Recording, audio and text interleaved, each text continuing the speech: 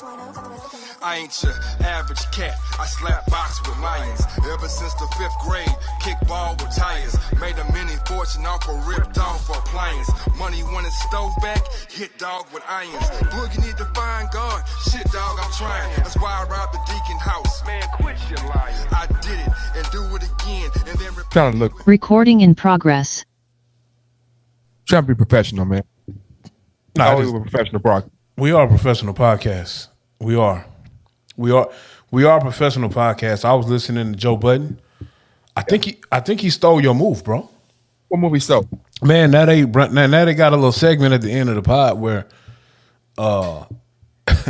they call them random listeners.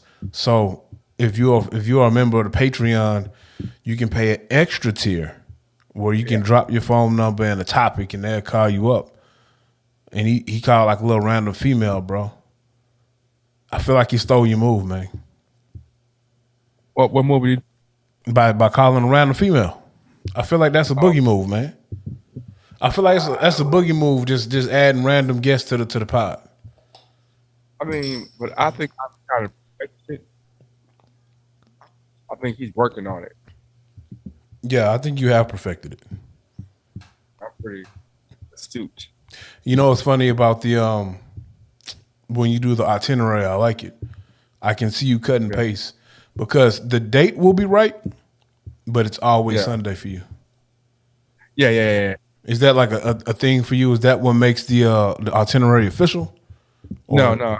I couldn't pick the old one, the stuff on there, and then the topics. When you back up, you be in and out. I know. I'm thinking. What's the name of this podcast? Now let's begin the story. That time, motherfuckers. Dub down, motherfuckers. H-Town's finest 16 Shots podcast. I'm lighting with the blam. Yes. It is us once again. It is the 16 Shots podcast with Young James Boogie. And they all dub. Tell me how you took it. I'm going to tell you what I meant. What's going down? I mean, how's your last? I'm assuming you said how was my last couple of days. How has a couple of days been? Oh, they've been pretty good. Yeah, it's like you dipping in and out. I don't know. It's like I ain't tripping though. But nah. Last couple of days been good, bro. All right. I feel like that was some wholesome banter you just gave me, but I didn't hear it. I said professional and let me work it out. Pretend to be professional. I will let you work it out. I am. Okay, now I know it sounds different. It's okay though, but I can hear you though. Yeah. Nah, man. Last couple of days been pretty good. Been on the road a little bit. Had a little emergency trip. I had to go drive down to the Tampa. And you know what, man? Every time I go to Tampa, I mean to call you, bro, because I feel like you told me about a pizza spot I need to check out. A barbecue spot? Nah, you told me a pizza spot. A pizza spot? I thought it was a pizza spot. You know I'm black and I don't eat pizza, bro. You eat pizza, bro. It was something you told me about in Tampa, bro, a restaurant. It was either a pizza or a gyro. It was something that wasn't South Florida, and I was like, why is it in Florida? But you was like, that shit was good. Okay, I got to think about that. And then the other and thing, also, it's gyro, not gyro. What I said? You said gyro. But it's spelled with a G. It's gyro. It got to be, and it has to be a gyro because I seen like so many little gyro spots. And then I hear Joe Budden speak about every time you go to Miami, you get one. So is that a Florida thing? It's a gyro. Gyro, gyro, chiro, churros. It's all the same to me. That's racist. It probably is. And then you told me about, I don't know if the listeners have heard the story about how you snuck into Buccaneer Stadium. I did. So I did. When you told me the story, I believed it. I got video proof. No. I never doubted it. But I was posted the proof. No, I'm saying I never doubted it. What I'm saying is I was sitting here like, how the fuck Boogie get into the stadium? And I'm thinking about how Reliant Stadium is, the Astrodome was, other stadiums, and they closed up. I'm like, how the fuck you get in the stadium? Yeah. So the first time I drove to Tampa, the place where I go work, it's literally a light away from the stadium.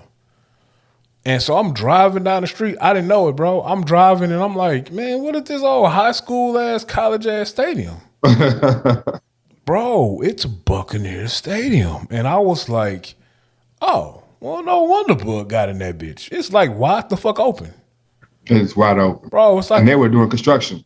It's not even, bro. When Tom Brady played in the Super Bowl in Tampa, that was the first time I really just paid attention to.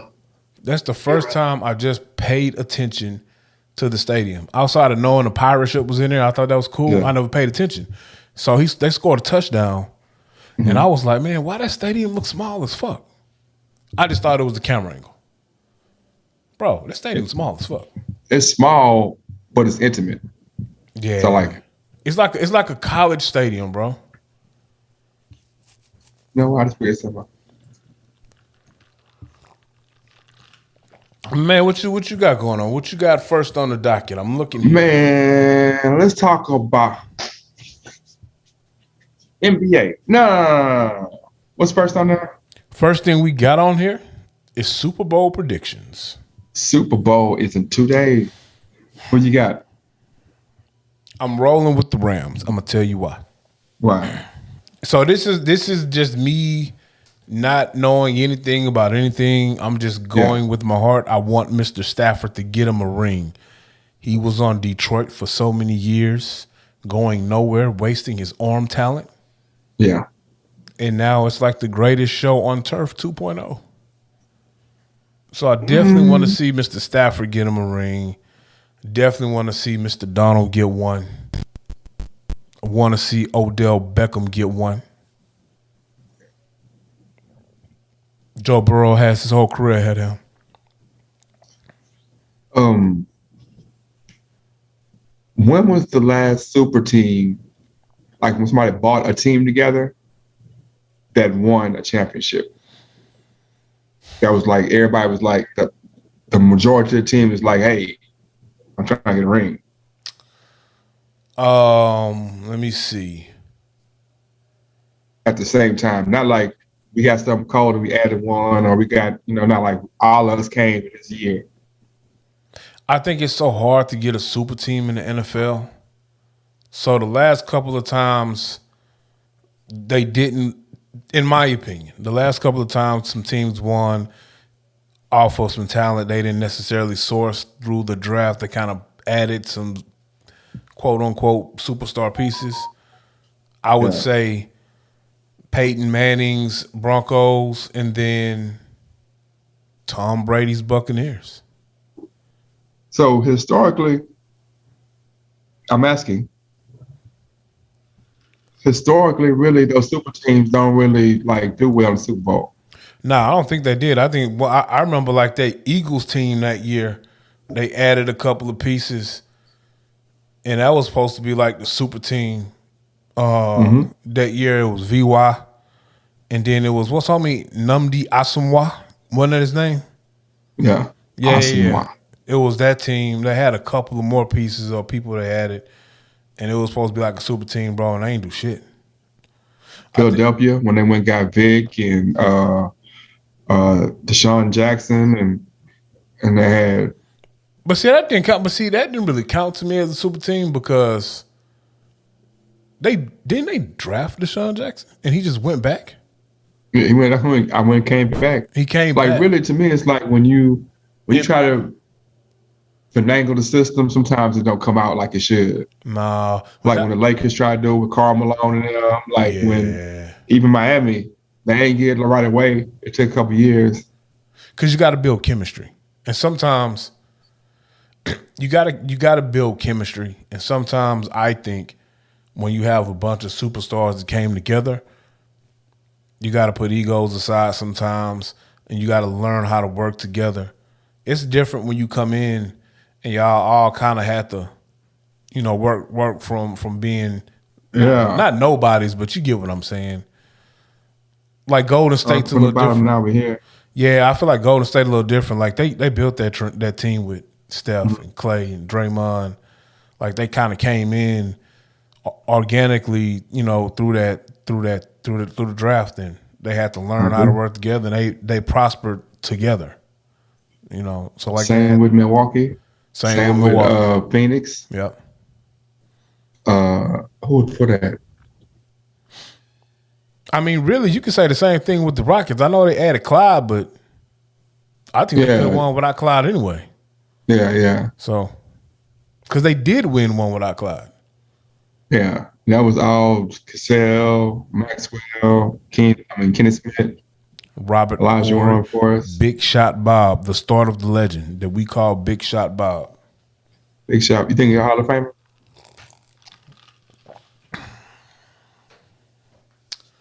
So the Basketball Hall of Fame is pretty much your whole basketball career, right? Yeah. Was he that guy in college? I don't remember. No. He was the leading shot. He was like the all-time leading shot blocker for Alabama. I would say no. He just happened to be. There's no way he should be in the Hall of Fame, bro. Yeah, it shouldn't even be a question, man. I'm just saying I would say no. He happened to be in the right places at the right time and hit the right shots. Yeah, but even if he drew the play up for him, this guy was 7 points a game. 7. I think I think the 2 rings that he actually made a difference were like for real. He was 10 and 9 points a game. Yeah, you're right. In those years. Yeah, he was always like the watered down Scottie Pippen.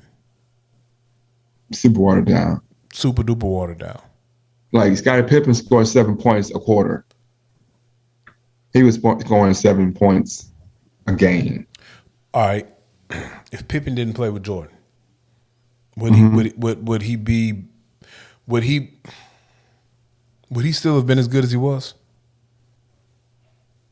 That's hard to say. I know, right? I would say no. Because Jordan was the one that. I mean, he was gonna get his buckets though. He wasn't gonna be trash. He wasn't gonna be Robert Horry. He wasn't gonna be trash, but he got a Central Arkansas. Come on, man.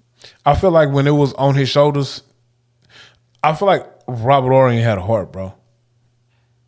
I feel like Robert Horry is going to points, bro. He wasn't even have a heart. He wasn't as good as a scorer. I think Scottie Pippen didn't have. I don't think Scottie Pippen had like the heart like that, bro. To do what? To be like the great. Scottie Pippen was great. No, Scottie Pippen is one of the 50 greatest players in the league because he played on Team Jordan, bro. No, Scottie Pippen was like Scottie Pippen is the definition of defense.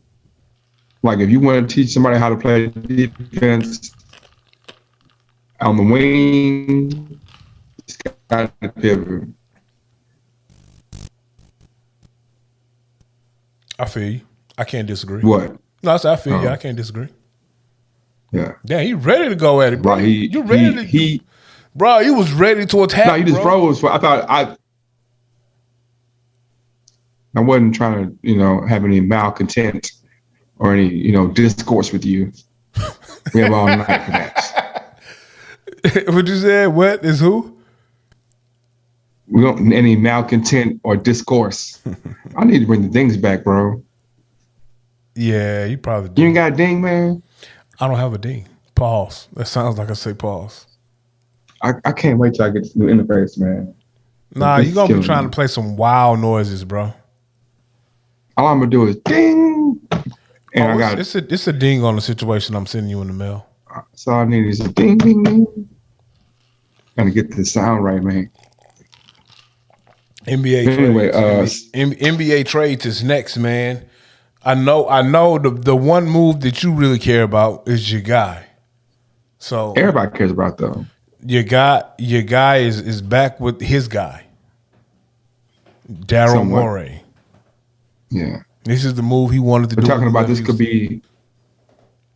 I'm sorry. Go ahead. No, I just say this is the move he wanted when he left Houston. He wanted to go to Philly.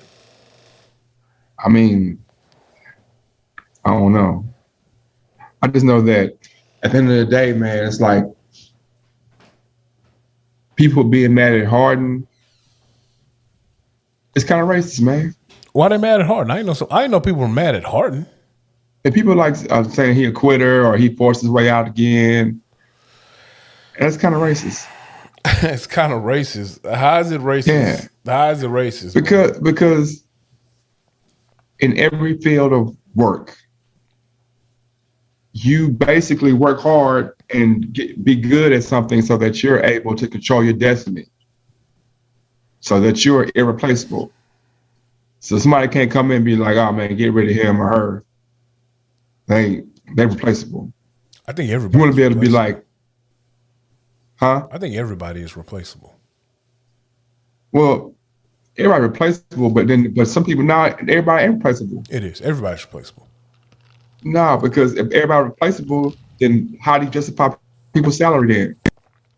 If everybody's replaceable, I'm good. I'm good at what I do. That's why my salary. Yeah. So everybody is replaceable, but everybody can't do. So I can't do what you can do. There are things that you can do I can't do, and if we were in that work setting, you'll get paid for that. There are things I can do that you can't do, and in that setting, I'll get paid for that. So that's what justifies the difference of salaries. You have people within the team, within the workplace, they don't do everything. So the salary dictates what that person's skill set is, what they can do, what their worth is. But everybody's always replaceable. You can go for as good as I am at what I do, and I'm getting paid for my worth and my skill set. There is someone who can do what I'm doing. Yeah. So if I'm your boss, I come to you and say, we can find somebody else to do what you do. Take a pay cut. What you gonna say? Bet. Go find that person that's gonna do what I do, and I'm gonna go to a place that is gonna pay me for my work. What if that's the stance? Like that's what they say for what's called for waiters. What do you mean? Whether you're the best waiter on earth or a brand new waiter, they're like, y'all get paid $280. We're not paying y'all for $280. Yeah, then you go be something else. So that's just the pay wage. No, but that's what I'm saying. But I'm saying that's the pay wage for that position. So if I have someone, but what I'm saying is it's not because that's what the workers want. It's because what the bosses want. The bosses said it and be like, we paying all y'all waiters $280. I don't give a damn if you in a 5-star or if you're in a 1-star. It's $280, and they're not shaking on that. So no matter how good you are, how bad you are, you're getting $280. But that means that you have hit the pay scale ceiling of your position. So I'm gonna do what I need to do. But who said the pay scale ceiling? Well, the industry said. Who said that? The industry said that, but that has nothing to do with your work. So if the industry came in and said your shit, but what I'm saying is, if you something, you go with that. Hold on, time out. We have moved to a different conversation No, now. keep going. Because you just said your question was some people are not replaceable. I said everyone is replaceable. No, yeah. So if everybody replaceable, yeah. Okay, if I'm an owner.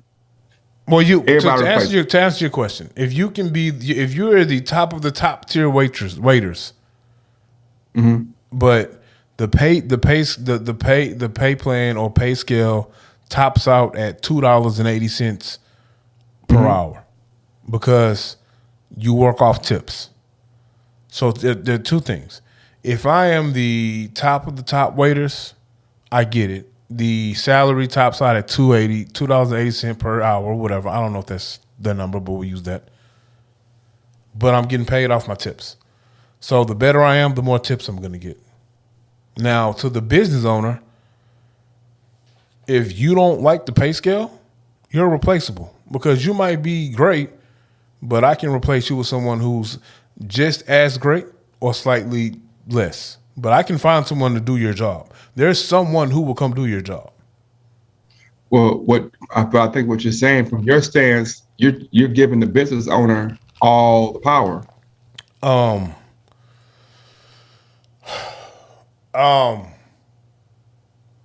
mean, if you own the business and you're setting the pay scales or the pay wages, and that's industry standard. So whether I'm at Papa Do's or I'm at Chili's, You know what I'm saying? If the pay standard is around that number, then yeah, I'm setting it. You know, someone might pay slightly more or slightly less, but yeah, I mean, I don't. That's what I'm saying. But who said the industry standard is being set by the bosses? So the people who own these businesses have all colluded to say, ain't nobody paying y'all $3. Nobody. We just like, this is what it is. Not because y'all not worth more than $3, but because this is what we agreed on as owners. So I can't go nowhere else and get more than that.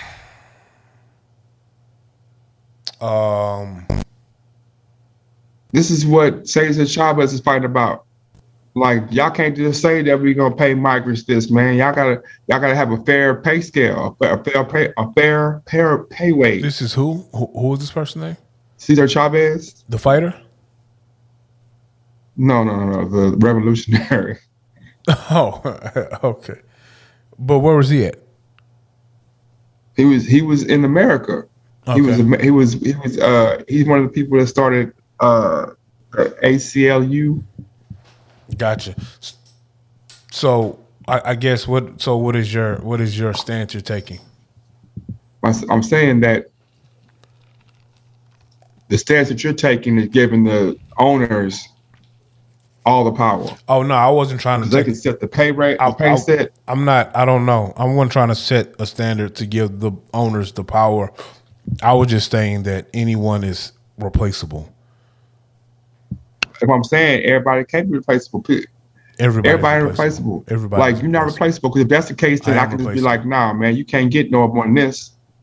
I'm definitely replaceable. I'm definitely replaceable. Everyone's replaceable. Everyone's replaceable. Matter of fact, if you're running a company and you have someone in your company that's not replaceable because they know too much, that's a problem.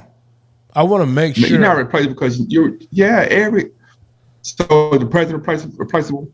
The who? Is the president replaceable? Of the United States of America? Yeah. Yes, he is. So why is he the president? What do you mean why he's president? Because he ran for president. He won. The president is a part of our government branch. But their checks and their checks and balances. So because he's replaceable, or because we thought he was their checks and balances. So yes, he's replaceable because the president is up for being replaced every 4 years. Again, a good business that's running, everybody is replaceable. So yes, the president of the United States is replaceable. I'm not saying that he's not an asset. He's not a good worker. He's not a great worker. There are some people to companies, when they leave, the production falls off because they bring something to the table that no one can bring. But they still are replaceable because you can find someone that can do their job.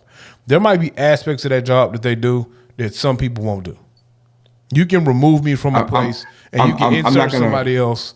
And they might not do the intangible things that I do, but they can do my job. What I'm saying is, no argument, but I want us to come back to that at a different day and just talk about that mind frame of thinking. Because to me, you just described irreplaceable. If I have a special set that you can bring everybody else in, and they can't do it like I can, then I'm irreplaceable. Yeah, you can replace me and be mediocre, or replace me and be less. Oh man, I think you froze. We might have lost Boogie. I'm back. Okay, you back. So let me ask you a question. Quick question. And the place of your employment, or well, you're not your employment. You know what I mean. If you're removed, is Boogie replaceable? No. Why not? What I'm saying is, okay, what you're saying, I think what you're saying replaceable is that you can put somebody else in that spot. And yeah, you can put anybody in any spot. But will you get the same production? Will you have the same result? Mm-mm. Some people are like, no, you can't get that result because we tried it 100 times and haven't got it. It's things that I bring to the table at my company that make me unique to what I do when I do it. Your uniqueness is irreplaceable. So yes, if you're looking at that portion of it, my uniqueness or my talents that I bring, if you remove me from the position, you're not going to get those intangibles that I bring. However, I am saying that you can remove me and someone else can come do my job. They might bring a whole nother set of intangible skill sets that I didn't bring. But the show ain't gonna stop. But what I'm saying that's what I'm saying. The show ain't gonna stop. Like the company ain't gonna crash. I didn't say that. But what I'm saying is that as a successful business, I wouldn't want to bring somebody in. Well, I wouldn't want to have somebody be stunted to not make more money for the business. Going to a whole different conversation, but being in the same place. This is why some of the theories about big business and or conspiracy don't make sense, because if I got a bunch of money, the one thing I need to have is people to make me money. So anything I do eliminate people is really eliminate. I don't see people as people over there. I see them as money makers for me. I'm not going to go do this labor. I'm not going to go do this tech work. I'm not going to create these new ideas. I'm just going to manage the money. I'm going to just keep them moving in my direction. Okay. What are you trying to hear my background music or something? Nah, I'm trying to figure out where you was going. I'm trying to just figure out where we was going with it and the big business and conspiracies. I'm lost, bro. Oh, and what I'm saying is, I just think your stance is pro big business. That's all. I don't want to go into it right now, but and I would rather us both be on the same note to talk about that than to try to butt heads right now. Oh no, nothing like that. I mean, I'm not saying you're wrong. I'm just saying that I feel that way. Not saying that it's actually I could be wrong, but I feel like your position is pro big business, and I think that's kind of the issue. I think if America is how it is. I think if I own my own, I don't think anybody should be. I don't think anyone is. Prime example. Okay. We have a family member that was removed from a position at the organization we will not name. Okay. The things he brought to the table, people can't duplicate it because they didn't have the same passion he had for the community he served.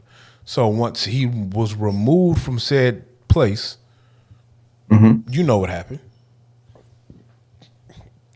The quality. So you're proving that he's irreplaceable. So I prove, and I'm not disagreeing with what you're saying. He brought tangible traits to that position that you can't duplicate because it's his unique tangible skill set that he brought, right? Yeah. So you can't replace that. But however, someone's in a position now, right? And it's still the place of business. The doors are still open. They still have the programming. It's just not the unique programming that was brought there. So yes, there are some intangibles you can't replace because that's unique to that person. But that person is replaceable because the show ain't stopped. Like business didn't stop. It kept going. It might not be the same quality. So I'm not doubting that. I'm not arguing that at all. People bring their unique talents that you can't replace. But overall, everyone's replaceable. If I'm running a company and I have 2 employees that are working for me and those 2 employees are irreplaceable, it's a good thing and a bad thing. It's a good thing because that means I have unique talents on my team and these people bring a unique talent. They bring quality, they bring benefit, and that's great. That's what you want to have. But it's also a problem for me if I have an associate that I can't I can't operate without. Because not on like the negative, not on me firing someone, but like what if said person gets sick and they out for a month? My business stopped because that person is not there. So I got to make sure that I have some redundancy, that I have someone who can do that, who can step into that position. Like right now where I'm at, if something happens where my supervisor falls ill and is gone for a month, 2 months, you know what I'm saying? There are people who can step in that position and do his job. It might be more than one. It might have to be by committee. It might be 2. But the job can still get done. It's just like your superstar. Right.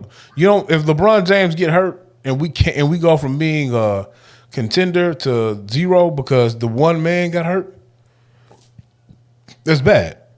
Now I don't have someone on my team that can do what LeBron does, his unique skill sets. I might have to have 2 different players. But it makes him irreplaceable. Because when I had him, I was a championship team. Without him, we in shambles. Until I find, so he's irreplaceable. Until I find the next person. If I find the next person. Well, you can. Like I'm saying, some franchises, the Rocks ain't never found they Akeem, they second Akeem. The Kings ain't never found they first champion.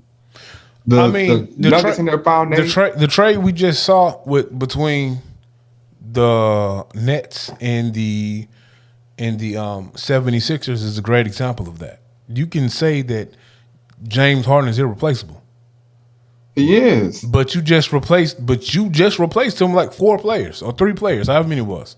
Yeah, so he is irreplaceable. If I had to get 4 people to try to but you just replaced him though. You trying to replace him. If their output isn't better than his output, then he was irreplaceable. I don't think James Harden is irreplaceable. Every superstar is irreplaceable. No one is irreplaceable. Okay, like I said, I feel like you're speaking from a technical business standpoint. So when you did the trade, the trade Philly just did for the Brooklyn Nets. Mm-hmm. The Brooklyn Nets got Ben Simmons. They got Andre Drummond. Who else they get? They got Andre Drummond. They got Ben. They got some draft picks. Some draft picks like Scrub. Oh, and Seth Curry. Exactly. So essentially, I just removed. I lost Harden. I got a little bit of depth. I got more defense, and I got a 3-point shooter that can complement my 2 superstars. I just replaced James Harden because if I'm looking at it as a team, as the owner, what I lost in his offensive production, it doesn't matter when I get a healthy Kyrie and a healthy Kevin Durant on my team. I got 3-point shooting from Seth. I was weak on defense. Well, shit, I just got a potential defensive MVP of the league with Ben Simmons. Mm-hmm. If it ain't nothing else Ben Simmons do, he can facilitate the ball and he can play defense. I don't need Ben Simmons to take the big shots. That's what I got KD and Kyrie for. Okay. Now I got somebody who can grab me 20 rebounds still. Mm-hmm. So, no. Did I get another James Harden? No, I didn't. But I do have pieces that can supplement his talent, and in some aspects, they're adding more talent than I had with him. So, he's replaceable. And what you think? He's replaceable. So,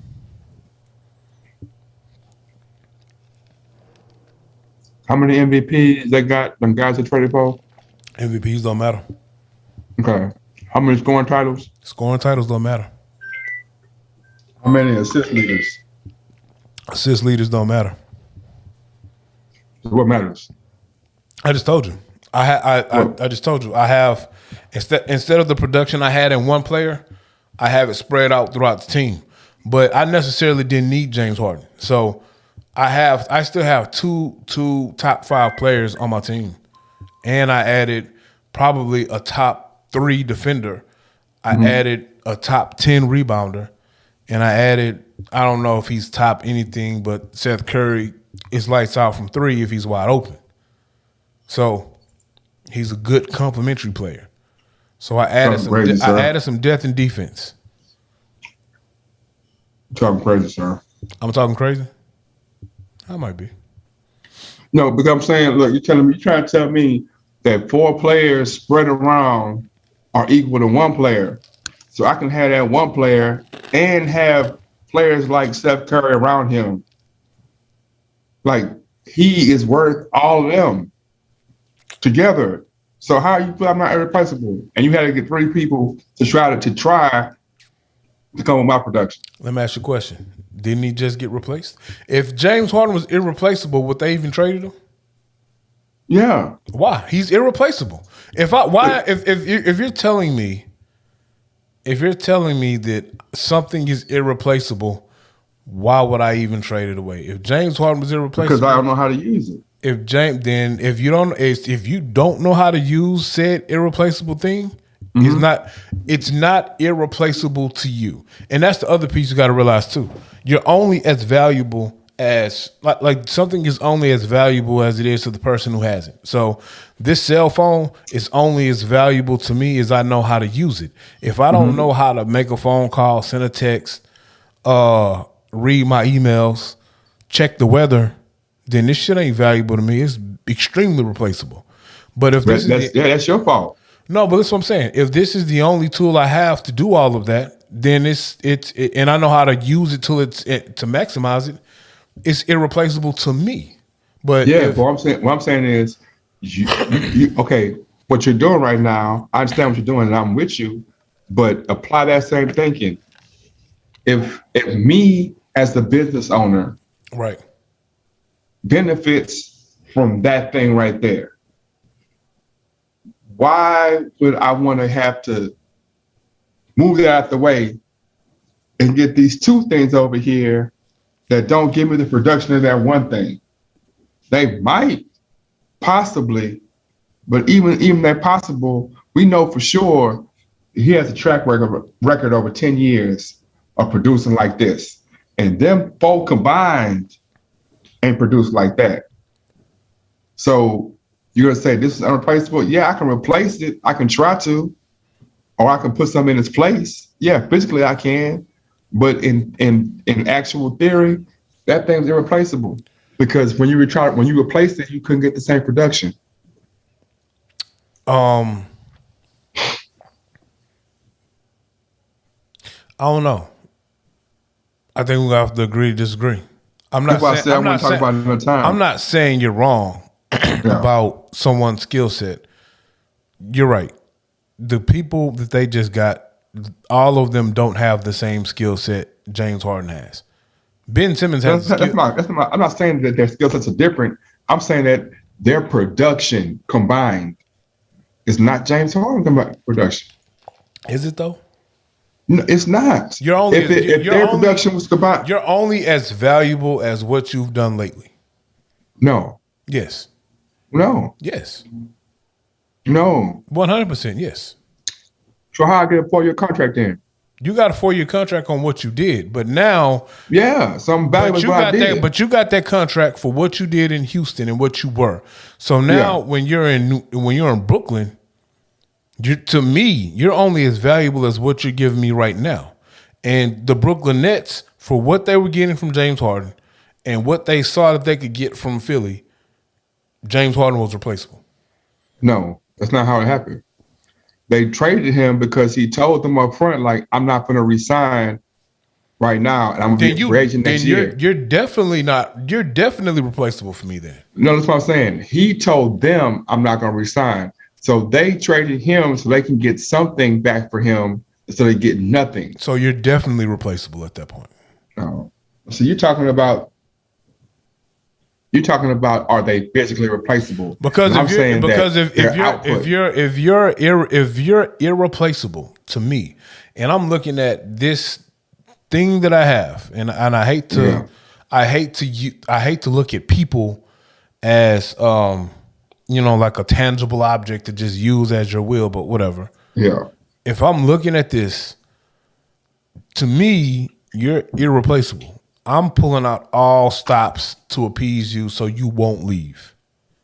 Like, I'm going to say, man, we were attractive to you 18 months ago. You had to be here. What can we do to right this wrong? You're irreplaceable. What I got to do? I guess.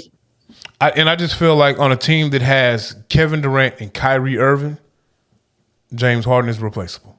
Now for the Houston Rockets, all we had was James Harden. So to the Houston Rockets, James Harden should have been irreplaceable. Because once James Harden steps one toe off this team, we go from a contender to a lottery team. So in that aspect, 100% James Harden should have been irreplaceable to the Rockets. We should have, and we might have. We might have pulled out all stops to keep him, and it just didn't happen. But to a team that has Kevin Durant and Kyrie Irving, you're very replaceable. And when I look at what I got for you, while I didn't get the scorer that you are, I got someone who's who's bigger and better on defense than you. Someone who can defend damn near every position on the court and will do it willingly and likes to do it.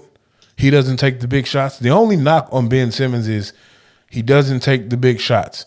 Ben Simmons is a 6'10" point guard pretty much that can guard every position and is top tier when it comes to defending. So this is what I got for James Harden. So, and there's a lot of questions with Ben Simmons. If he comes on the scene and he's still in shape and he's willing to play and he's ready to go, bro, I don't need Ben Simmons to take a shot. If we're healthy, I don't need him. I don't need him to take a shot. I don't need Ben Simmons. Knock on Ben Simmons was not only that he would take the big shot, but he won't take any shots. I don't need him to now.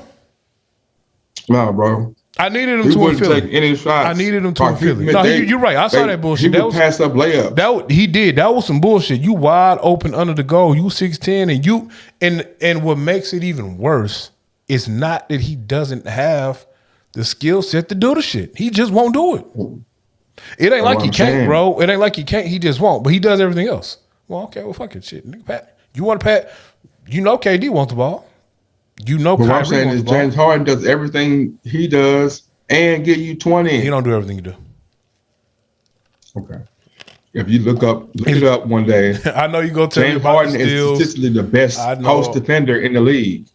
Post defender, yeah, but so all right.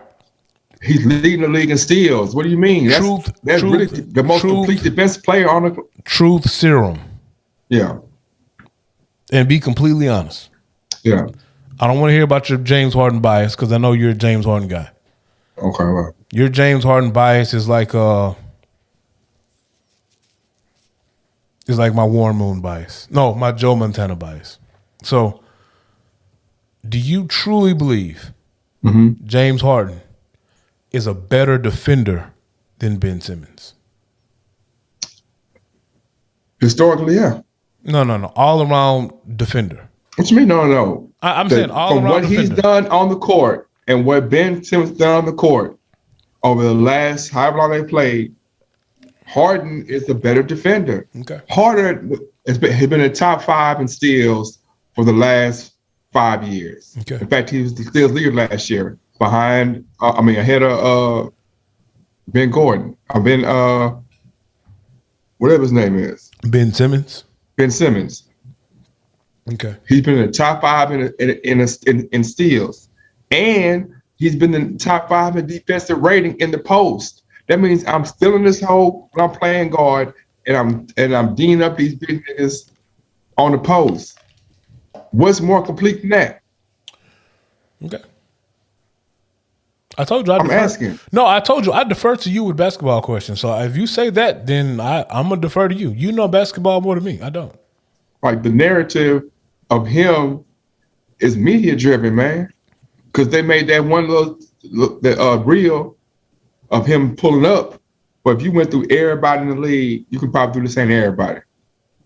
There are certain plays when you pull up, especially if you the star player. The star player. But speaking of star players, speaking of those who understand how to unify and bring together, and what's that in the background? You got the rainbow dream catcher with the sippy glass. Is that That's wine? mandala. Okay. Bug. And the flowers. Bug. We had Yes, sir. a dispute without one bitch ass nigga flying. I know. I blame Zoom, bro. We didn't have this energy until Zoom. You know what I'm talking about? It's the Zoom fault. I never have energy. What you talking about? No, I'm gonna tell you what really happened, bro. So, cause you like to push people's buttons. Yes, he does. And so, Sydney, the Why moment you co-signing the craziness. no, Just because come here with the you cosign. are the Yes, crazy he one. does. The moment that we were doing our pod on Zoom, and you caught me on one of my drunk nights, and you pressed the button. Ever since that pod, you've been doing it every pod, bro. Maybe you've been drinking every pod. Nah, because I purposely had sober pods just to make sure I wasn't tripping. Bro, you are easily angered. Yeah, but that's your thing though. Like I get mad every time See I how fall you for do? it. Because you are a button pusher. Like, and that's why I'm He saying plays devil's advocate. That's he what it does. is. But I'll That's see all I have. every But you saw time. what he did? I'll see Boog post something on Facebook and I won't comment. I'll text him. I'm like, bro, really? I'll shoot him a text like, so this is what you're doing today. You know what I'm saying? I'm like, oh, so you really trying to piss people off today?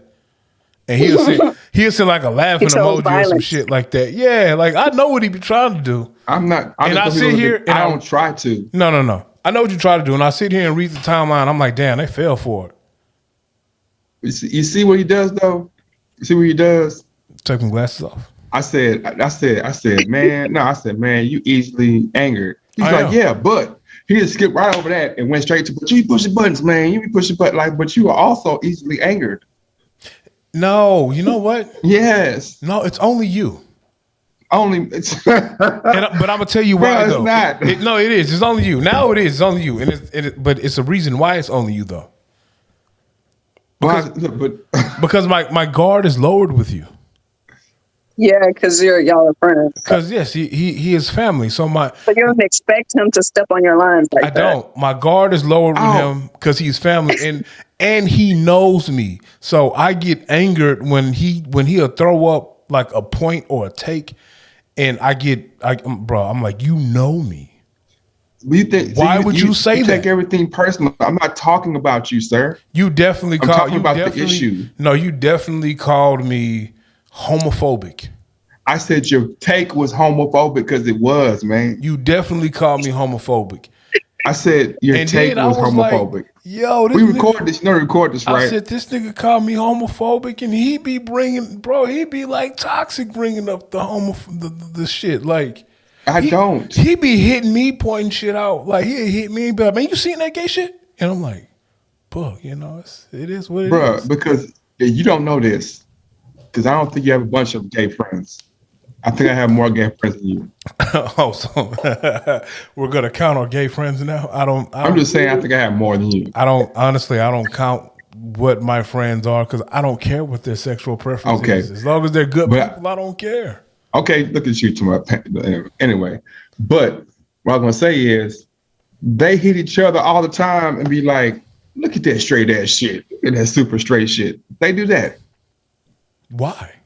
Because when people have differences, they look at other people's differences and they make jokes. They understand. They don't understand. Whatever. It's just comparing differences. You don't think white folks be like, "Look at them black folks. They can't go in no chicken shack. White people definitely look at us and be like, man, this some nigga shit. And we look at white folks like, look man, at that sandwich. Crazy ass shit. Yeah, we do. Look at all that look at that mayo on that sandwich. What's wrong with mayo and a pickle? Oh, come on. Do y'all eat mayo? On bologna? Do y'all eat bologna? Do y'all eat mayo on anything? Man, anything that's colored white, that is food. That's not the best. Yo, my grandfather was so militant. He bought brown eggs. So well, those are better though. So now I buy brown eggs. Mm-hmm. Yeah, my tea lady those are usually cage free and treated a little better, supposedly. Jumbo brown eggs. That's what I buy.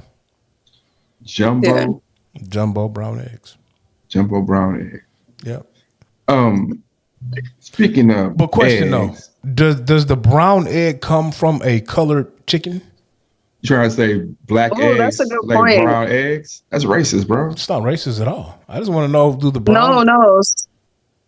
Actually, in other countries, they have different colored chicken. They're not white.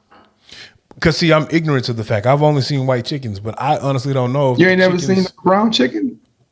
No, I've never. I've only seen like white chickens, bro. But I am not a chicken expert. So, I've never seen multicolored. I've seen like a rooster that was black. I don't know the difference. I'm gonna be honest with you. How come we don't eat rooster? Is it the meat's tough? I can't even. No, because male meat be tougher. Look at you. You gotta say pause. Pause. I'm just saying, like, maybe because roosters don't have their fat, they're stronger. Muscle don't taste good. We don't eat muscular animals for the most part. All right. It's too much right now.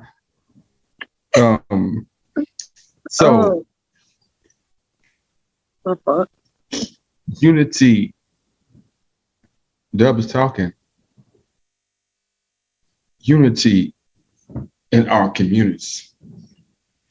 Could you, as a moderator, could you preference the conversation and let us know about the community and the post and the marriage and all that kind of stuff?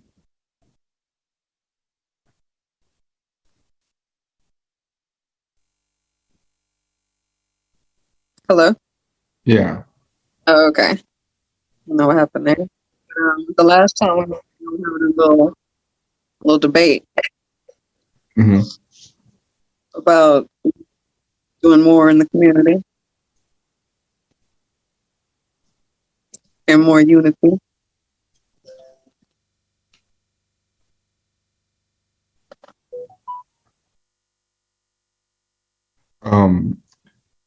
Hold on. Say it one more time. I think I missed something. Say that again? Oh. Can you hear me? Yeah, I heard you. Okay. Yeah, y'all were having a debate basically saying how people glorify drug dealers and the drug dealers and things like that. It sounds like old school saying drug dealers too.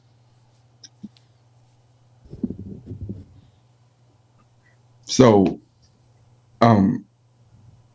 I believe, for the most part, that our communities should grow from within, and that the stronger that we link ourselves within, the better we'll be. Right. I think Dove feels the same way, but I think that the approach to getting there is where we differ. What are some of the reasons that you think our communities aren't as strong? A.R. Dub. We lack infrastructure. If that makes sense. Like we don't when I say we lack infrastructures, sometimes I don't think we partner up enough. There's nothing wrong with and you spoke on this before. So like, if if I sell produce and you sell produce, it makes no sense for us to struggle to, separately when we can kind of partner up, join forces, pool our resources, and have a fruit stand. What you say? Well, that's different from your take of the turkey leg hut, hypothetically, should let their partner sell chicken wings to the people waiting in line to go to the turkey leg hut. It's more Why like Jesus.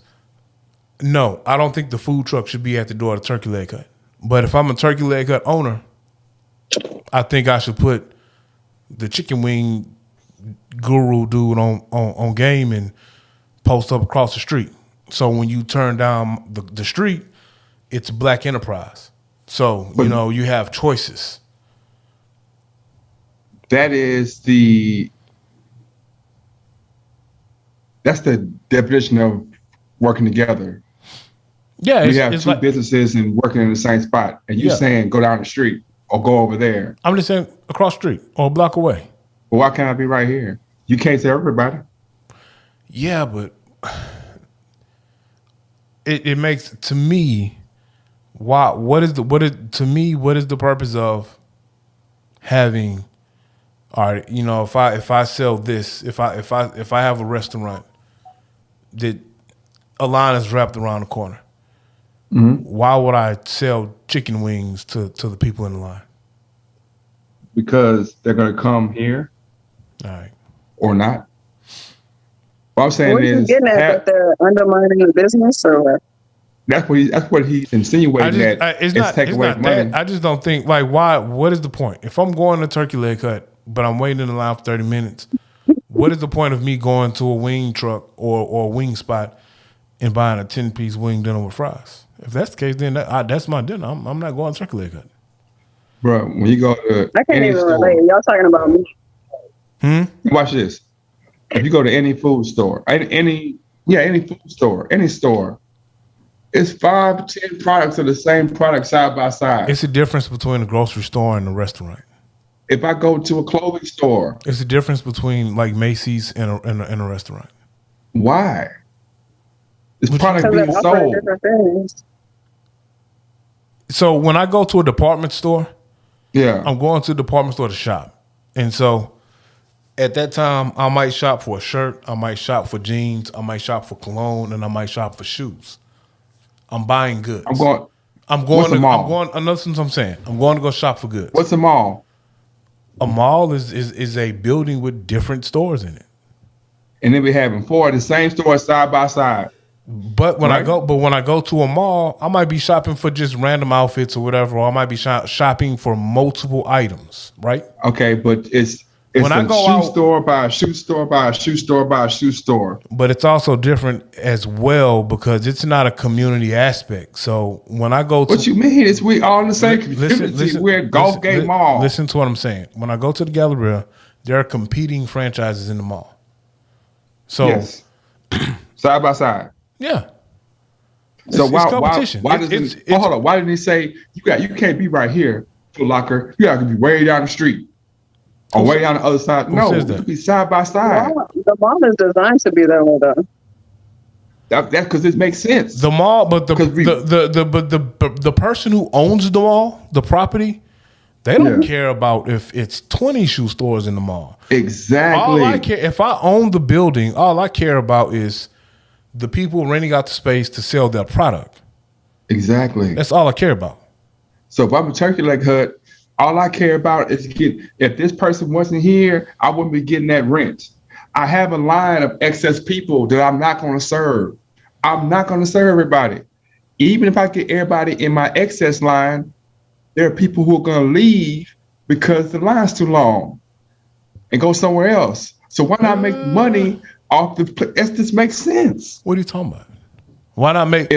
So you're saying if I'm turkey leg hut, it makes sense for me to rent out space to someone to put their food truck right by my line because people may leave the line because the line's too long, but at least they're buying food from the food truck.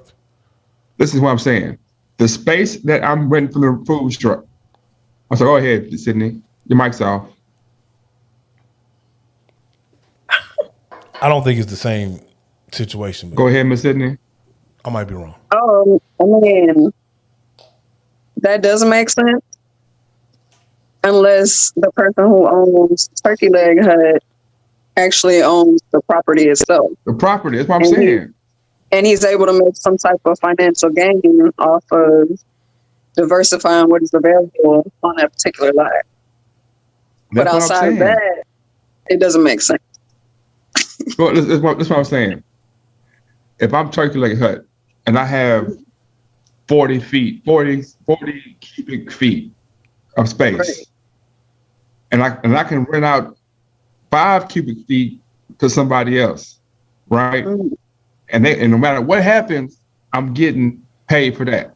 That's really a customer, or probably 20 customers. They could be treated as a vendor, and they can get a percentage, or maybe however much they make for the night, they give it to the poor guys. You know what I'm saying? As long as it's financially beneficial, then yeah. But that's what I'm saying. Turkey and chicken, and it's just somebody else hustling on my lot, then it's enough. Essentially, Turkey Leg Hut does do that because they have the restaurant and they have the food truck. So if you don't want to wait in line to sit at the restaurant, you can always just go order your food from the food truck.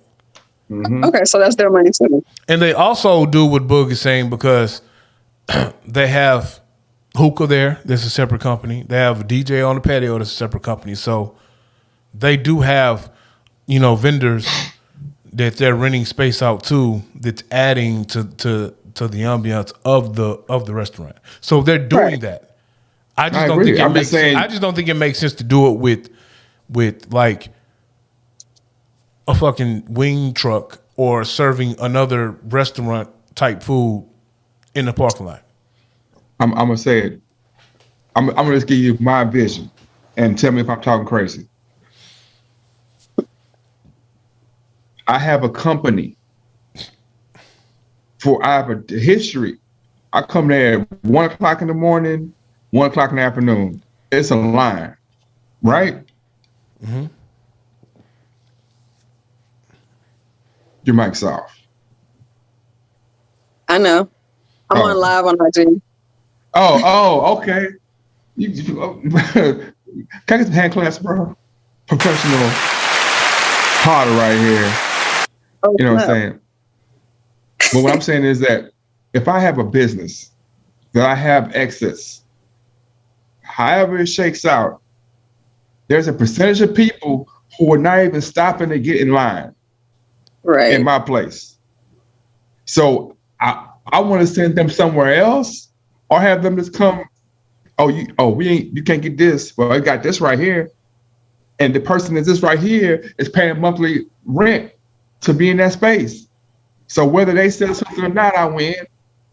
And if they do sell, I got more foot traffic because people are like, I can go here or there. Now this is a spot. Now we can expand because you can get more space that way, and we can have 2 restaurants side by side instead of having you go try to recreate the wheel down there.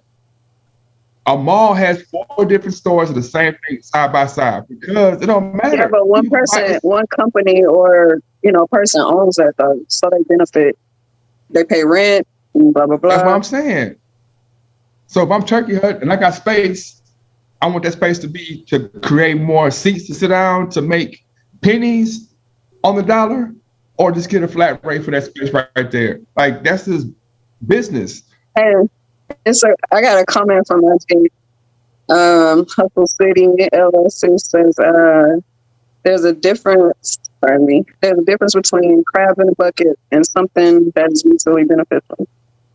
Yeah. So if I'm saying it's mutually beneficial because you're getting the lead, I'm getting the lead. You're getting my residual customers that don't want to come in here. You're getting the ones that you're getting all this foot traffic that I'm going to have. And I'm going to have that regardless. I've been having it, whether you were here or not. Whether you were there in that space or not, I was going to have this foot traffic. So why not me open my doors? Every rapper in the world does it. Oh, it's my little dude, little boo-boo. You coming to see me, you going to see them. Pac with Biggie. I stopped my show so you can get on so they can know who you are. I think that's a little different, though. It's the same thing, bro. I'm using my fame to pump you up. Now, when you get big, but I think it's a little different though, and I think it's a little what's different. the difference? It's different because I'm sharing the stage with you. So it's my stage, and that's what I'm saying. I'm sharing the stage with you. So if I'm a rapper and I have a platform, and I have and now I have a label, and you're an artist. No. You adding caveats. All right, well, Tupac. No. Listen to what I'm saying. Open his shows. I get it. I get it. So you're not on my label. You just my partner, and you rap and I rap. So I let you open up for my show. I let you feature on my song.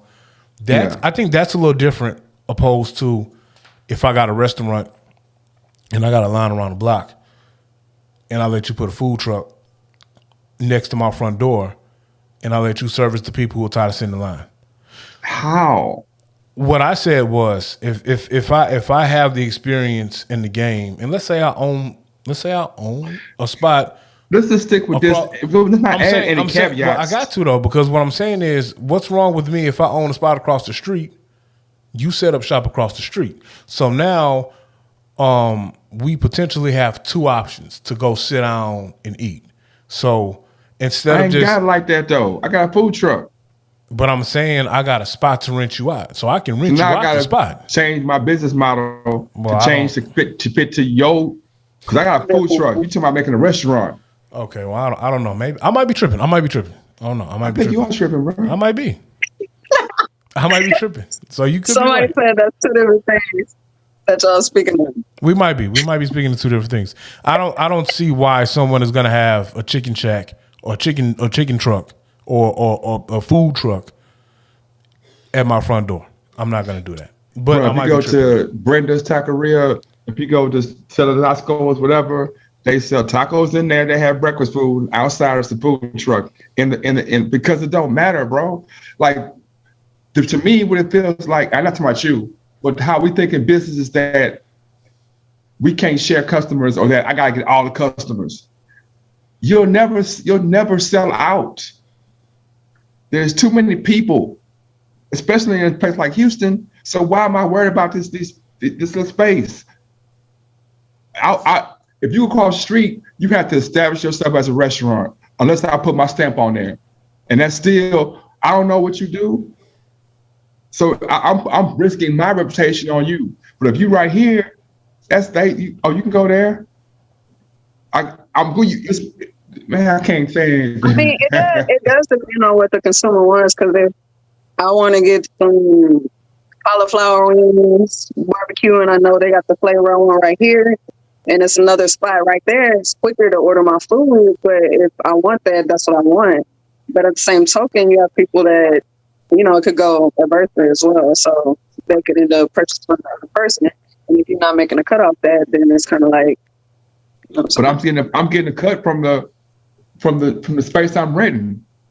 Like, that's what I'm saying. Like, if you feature on my album and you're the biggest star, the biggest star is getting a cut of your album. Oh, my point's gonna be higher than yours. I'm DJ Quick. You knowing so and so. You JB. Now, if JB comes to lower rapper than him, then I'm gonna cut that stuff because my shine is helping you out. Like, we work in cohesion, but we don't have egos about it to say that I gotta have them all or you can't be in my space. We work in cohesion and respect each other's egos. Like, I'm bigger than you.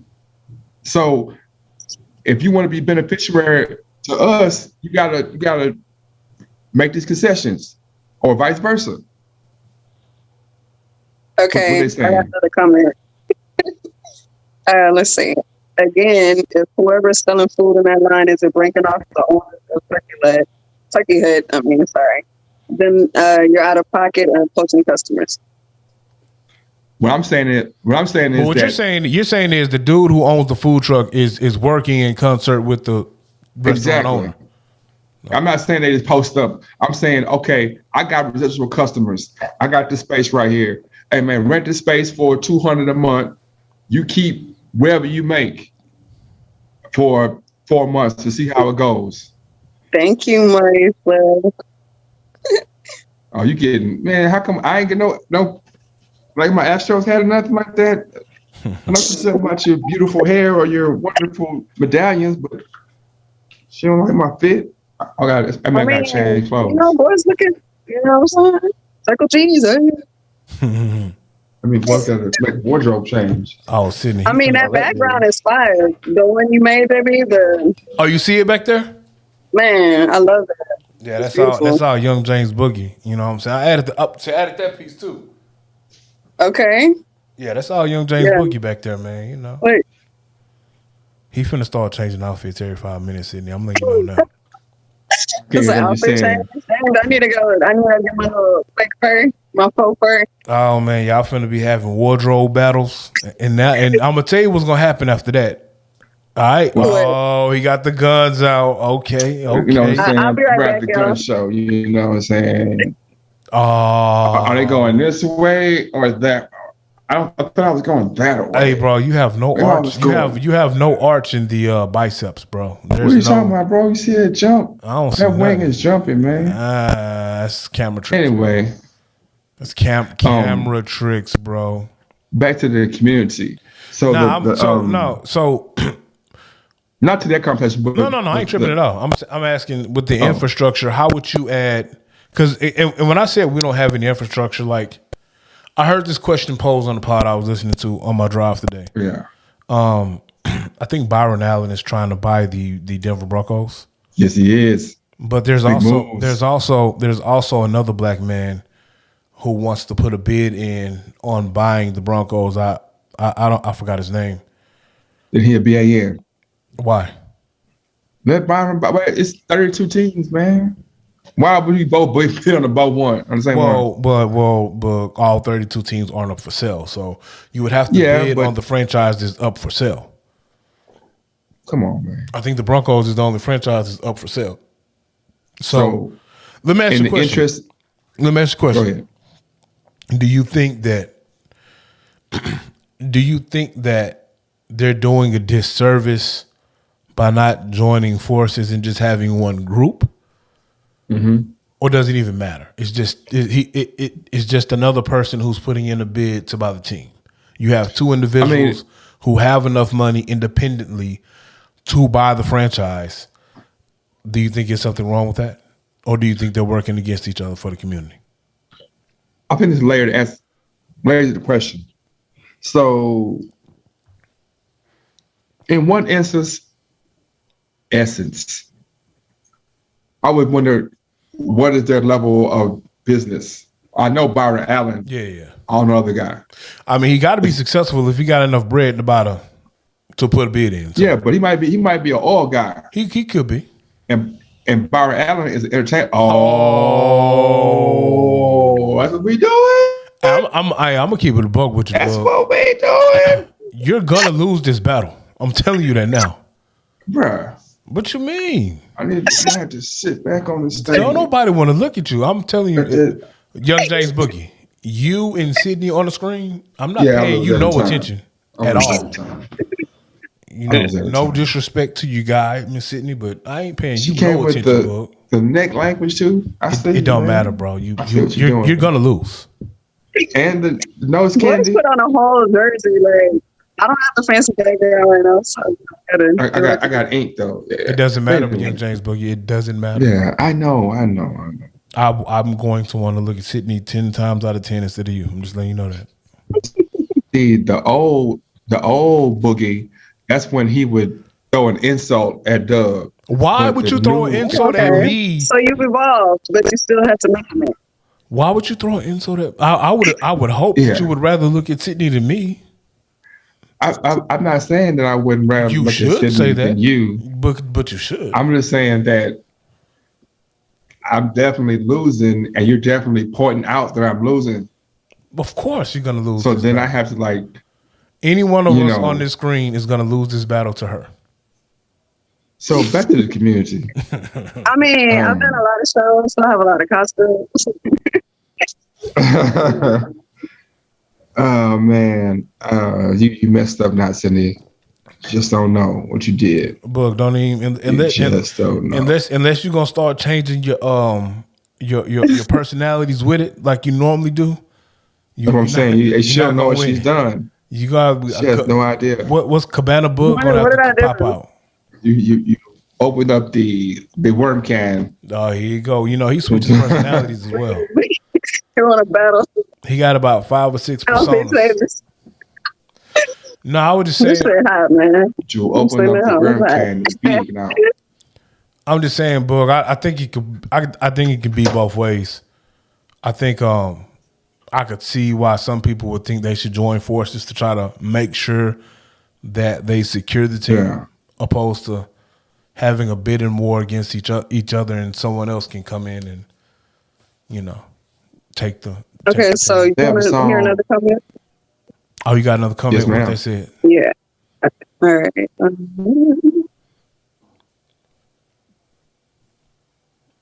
As long as we're both eating, and I remember that a portion of my plate belongs to him, or a portion of his plate belongs to me, then we're good. But reciprocity is a must.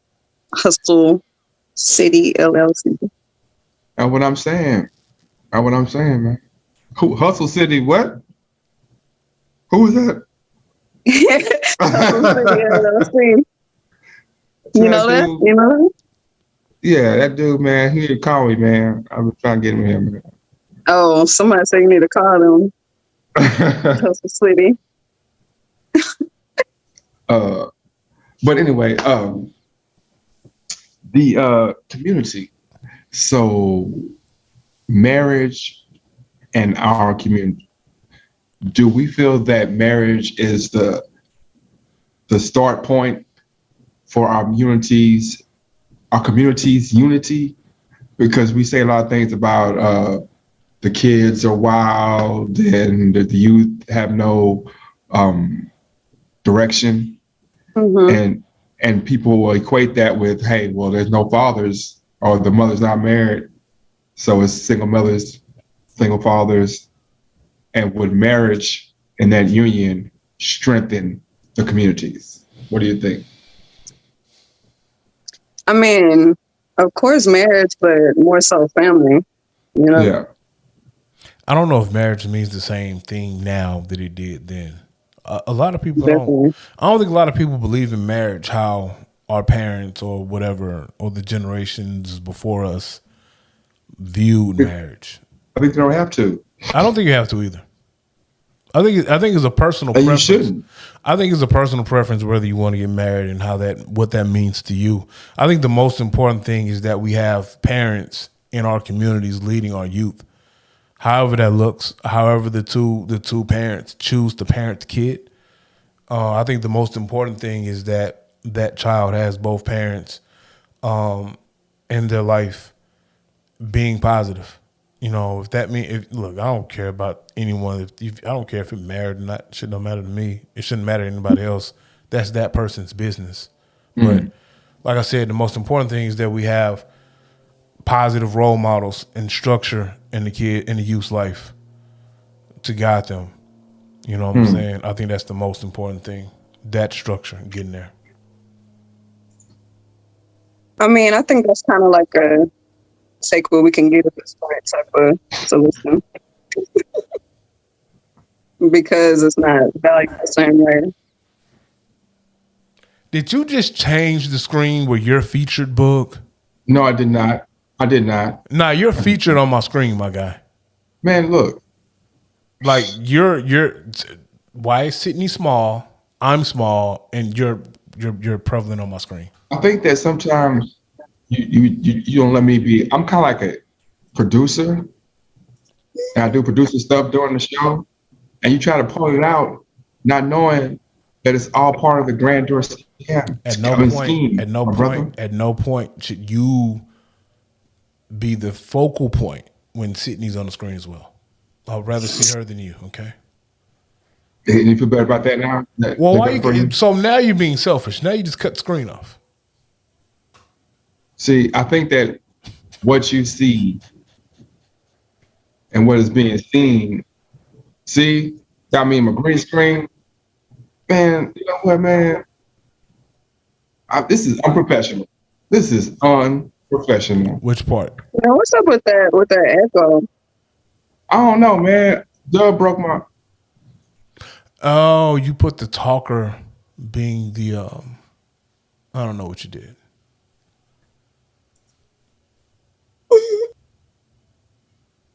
How does that go on, Sydney? Does it like snap? How does that work? Yeah, it snaps on the back. Oh, okay. I think I got my little lock stuck in. Uh-oh. Okay. Okay. So, I hate my locks get stuck back. I hate my locks. don't bring up the hair conversation. I'm not gonna say nothing. I'm gonna be quiet. Okay. Dang, that's really good of you.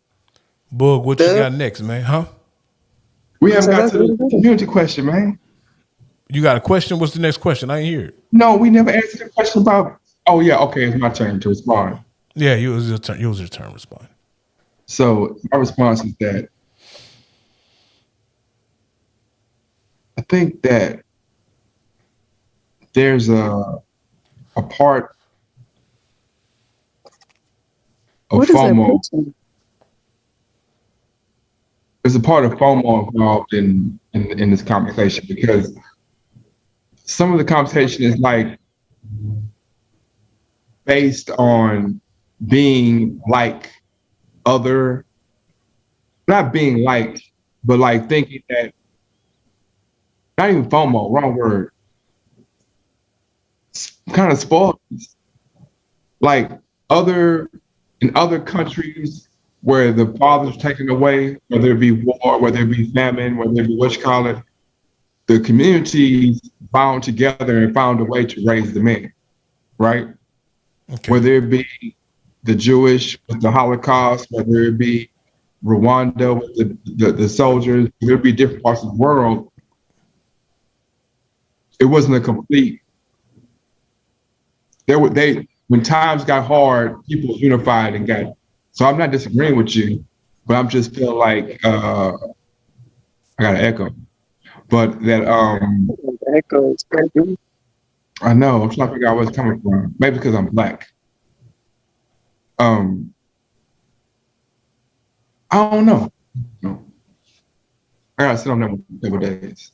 I thought I knew the answer first. I think it's different, situational. That sounds like something that's situational. I think it's different if, a parent is removed from something as like war, so they're gone, or death, or they're removed. If it's a situation where we're just missing an element of a parent being, available in the kid's life because they just choose not to, or there's a back and forth between the parents, that's a problem. Every kid is going to benefit from having, both parents in the life if they're positive, or that positive role model. So, yeah, because I mean, there's a lot of times you got two parents and both the parents fucked up. oh, both parents definitely can be fucked up and like fuck up a kid. Mm-hmm. I've seen situations where it's a 2-parent household and the kid got more sense than the adults. But True. I think that's more the exception than the rule. So that's my stance on that. I feel like my face is pale. Your face is what? Like my color is not coming out correctly. I think I got the wrong picture right here. I look like I've been swimming all day. You trying to grow your hair out a little bit, bro? You see it? You see it coming in, bro? Well, you see it? No, I see like the. It comes slow, bro. It looks like you need to shave, bro. That's what it looked like. No, it comes slow. It comes in phase. If you look like nothing is from here. there. From here. See, from here down, nothing is growing. Oh, it's hair. You hear that? You see that? Damn. Hair. I know y'all hear that noise. That sounds like friction between your fingers and your scalp. Look. See, no hair there. You do realize? Oh my god! Well, it's like Mr. Clean. Mr. Clean. And it's Sydnee, on. you have wonderful nose rings. Oh, thanks. This is just one of my plain ones. I was gonna put on one of my little septums, but I was like, I'm gonna fail. I'm just scared of septums. I think I'll get mad and cut my lip off. I said, motherfucker, because I would talk so hard and it would go through. That was extreme. Yeah. I mean, mine isn't actually pierced, so I just wear the piece I make. Yeah. My daughter wearing a nose ring, and I'm like, I don't know what to say. I don't know what to say. Your daughter has a nose How ring old now? is she? Huh? How old? 14. Mm. It's not real, but it's it's a Oh, pull off. okay. But I'm like, Oh, that's what I was saying. Like, I didn't think that you would let your daughter get a needle jabbed through her nose at this age. the thing with me about when people say, would you let her or would you allow her? I feel like we don't let our kids. Our culture is heavy on the control on our kids, and it manifests itself. It manifests itself in the kid's adulthood. How old is your child? How old is your daughter? 14. So I don't have kids, but I do believe in letting kids make their own choices, and I don't believe in putting my beliefs on a kid. This is my life. You know what I'm saying? My niece and nephews, they're around me, sort of like my kids. I don't believe in telling them what to do. But however, I wouldn't let a kid make a permanent decision at 14. Because when I was 14, it was some ridiculous shit I probably would have done. He disappeared again. I'm here, man. Keep going. Oh, you changing outfits again. I ain't changing outfits, bro.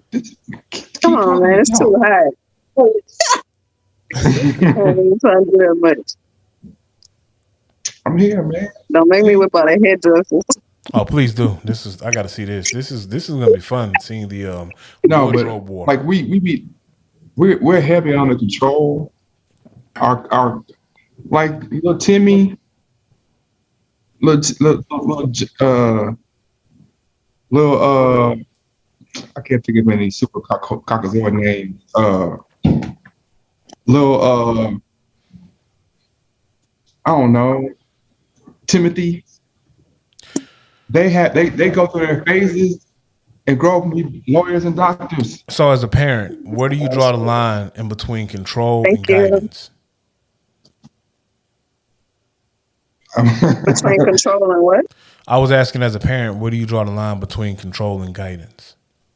Well, That's guidance doesn't have a hand, or doesn't have guidance. Guidance isn't forceful for the most part. Guidance is what? Really, guidance is forceful. Okay. Like guidance is like I give you the tools to know what you should and shouldn't do, and then I just step back. If I gotta hold your hand through everything after a certain age, like what I always tell parents, if you gotta be here for them to act right, they don't act right. They don't. That's crazy. But a lot of parents be like, "You don't do that to me." Well, the goal isn't to have a kid that only listens to you. The goal is to have a kid that can function in society, right? Yeah, the goal. I think in raising your kid, the goal is for you to be able to have your kid equipped for the real world.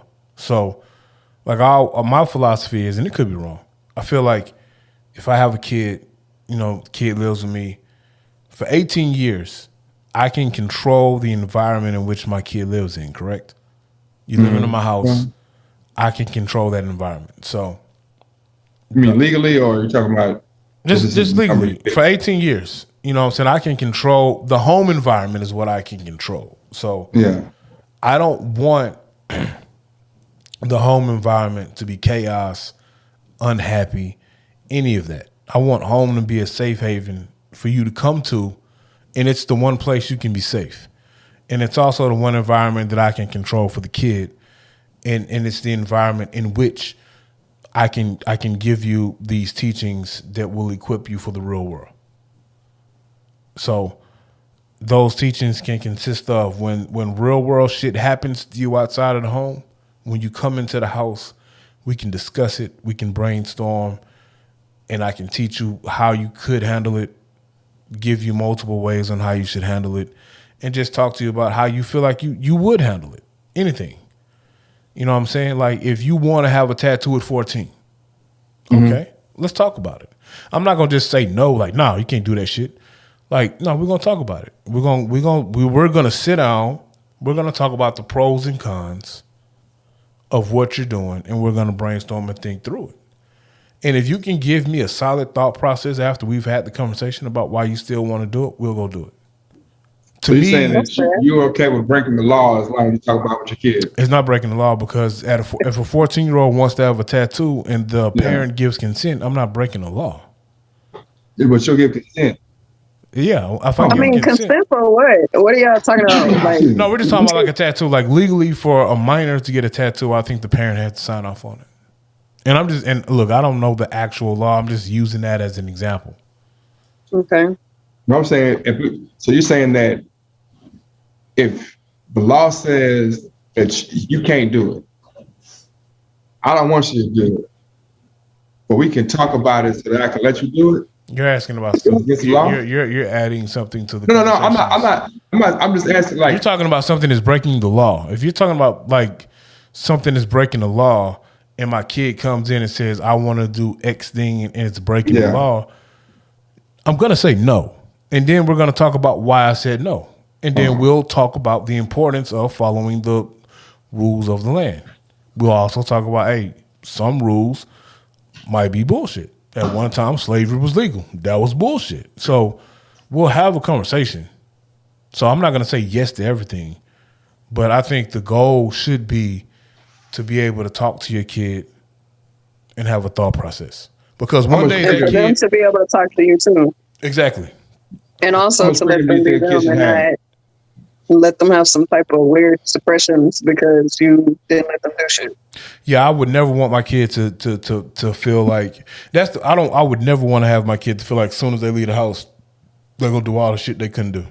Like, well, I'm asking a question. How much freedom should a kid have?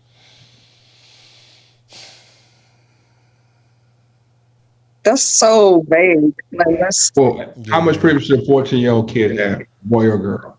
Does it matter if they're boy or girl? I don't think it should matter. Gender shouldn't matter. So you let your 14-year-old daughter do the same thing 14-year-old son does? I don't think it should be a difference. What can your 14-year-old son do that your 14-year-old daughter shouldn't do? Well, my 14-year-old son is less likely to be abducted. More than likely, I don't know. I mean, so I wouldn't want my 14-year-old son to be out roaming the streets by himself. I would always hope and coach him on, you should always be with a group of people. If you're not with a group of people, you need to be home. I would tell that to my daughter as well. I would never tell them to just roam whatever they're doing, by themselves. I'm saying, so without, you know what I'm talking about? What you say your son don't walk his girlfriend home and then walk with a group of people? That's a very, after school, I walk her home. After school? Yeah, I walk her home. I would hope we live in the same community.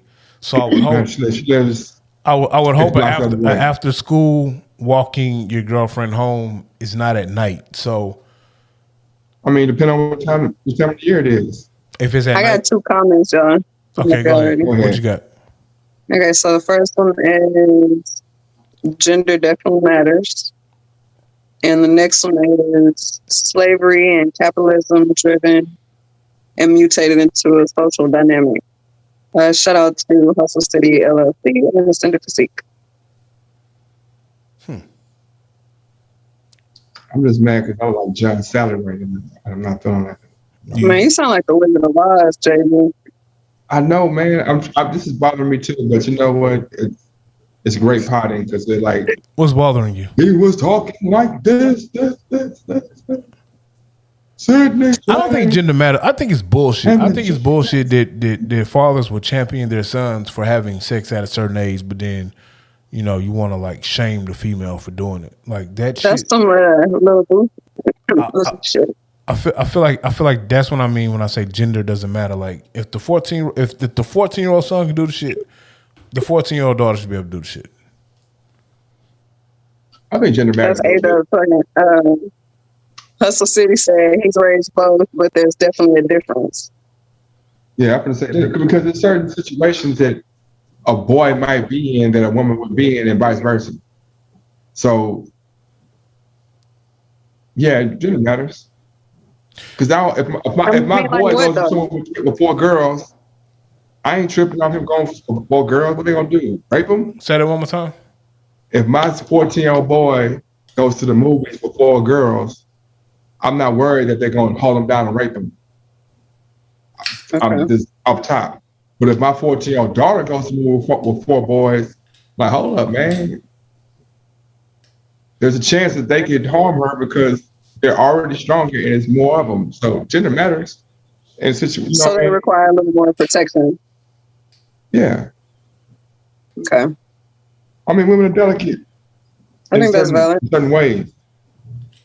So I don't But want I guess what I was feeling him was the glorification of, like he said, the boy child, you know, having sex. Like, oh, you had a girl like that, little Boosie stuff. I mean, is it little Boosie? Yeah, little Boosie. Little butthead. Yeah, that shit was toxic as fuck. Yeah. I think that fathers don't mean to shame. It comes out as shame and it translates as shame, but they're more disappointed in their daughters because they don't want their daughters to be looked at as the easy girl or whatever, you don't want to shame her, but then look, I don't want my daughter to have those jackets, not saying that she can't be as free with herself as she wants to, but knowing that society is going to give you jackets for the way that you act in this society, because we have the Wizard of Oz.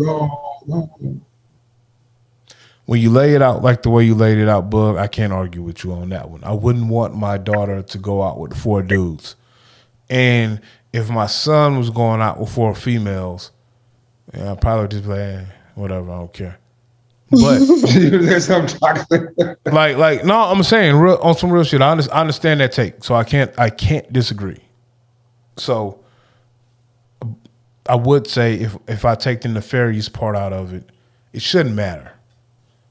But I understand. I understand that point. I think you're right.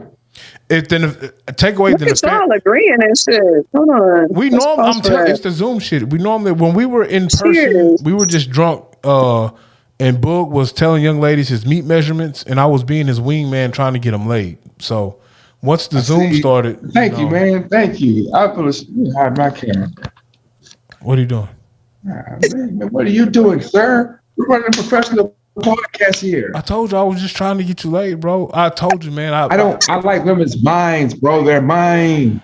Now look, Boog. I like their minds. This is the disconnect because I know better. I like to talk. We like to read books together. You coined the phrase. Put my chakra together. You coined the phrase. I hate a hoe with common sense. I did not coin that phrase. Say, man, you had a line and it said you are Charlie Chan with the Chuckers. Yeah. Did you really mean the white guy who played the Asian guy? Charlie Chan. Wow. With the Chuckers, bro. Appropriation. Exactly. No, but also I was Bob Bailey with the Buckles. So I went across the board with all the. You did. No, you did. I didn't just stop it. I went across the board. You did. Charlie Chan with the Chuckers. Okay. Bill Buckley with the Buckles. Miss Sydney, do you have any topics you want to discuss? We can't be males dominating the conversation. Well, she was the antithesis of the community conversation, so. Well, I mean that, but if y'all want me to just throw a wild card out there, so I watched this show, right? It was a YouTuber. Actually, I think she's from Houston. I'm sorry, I cannot remember. Nick at Night.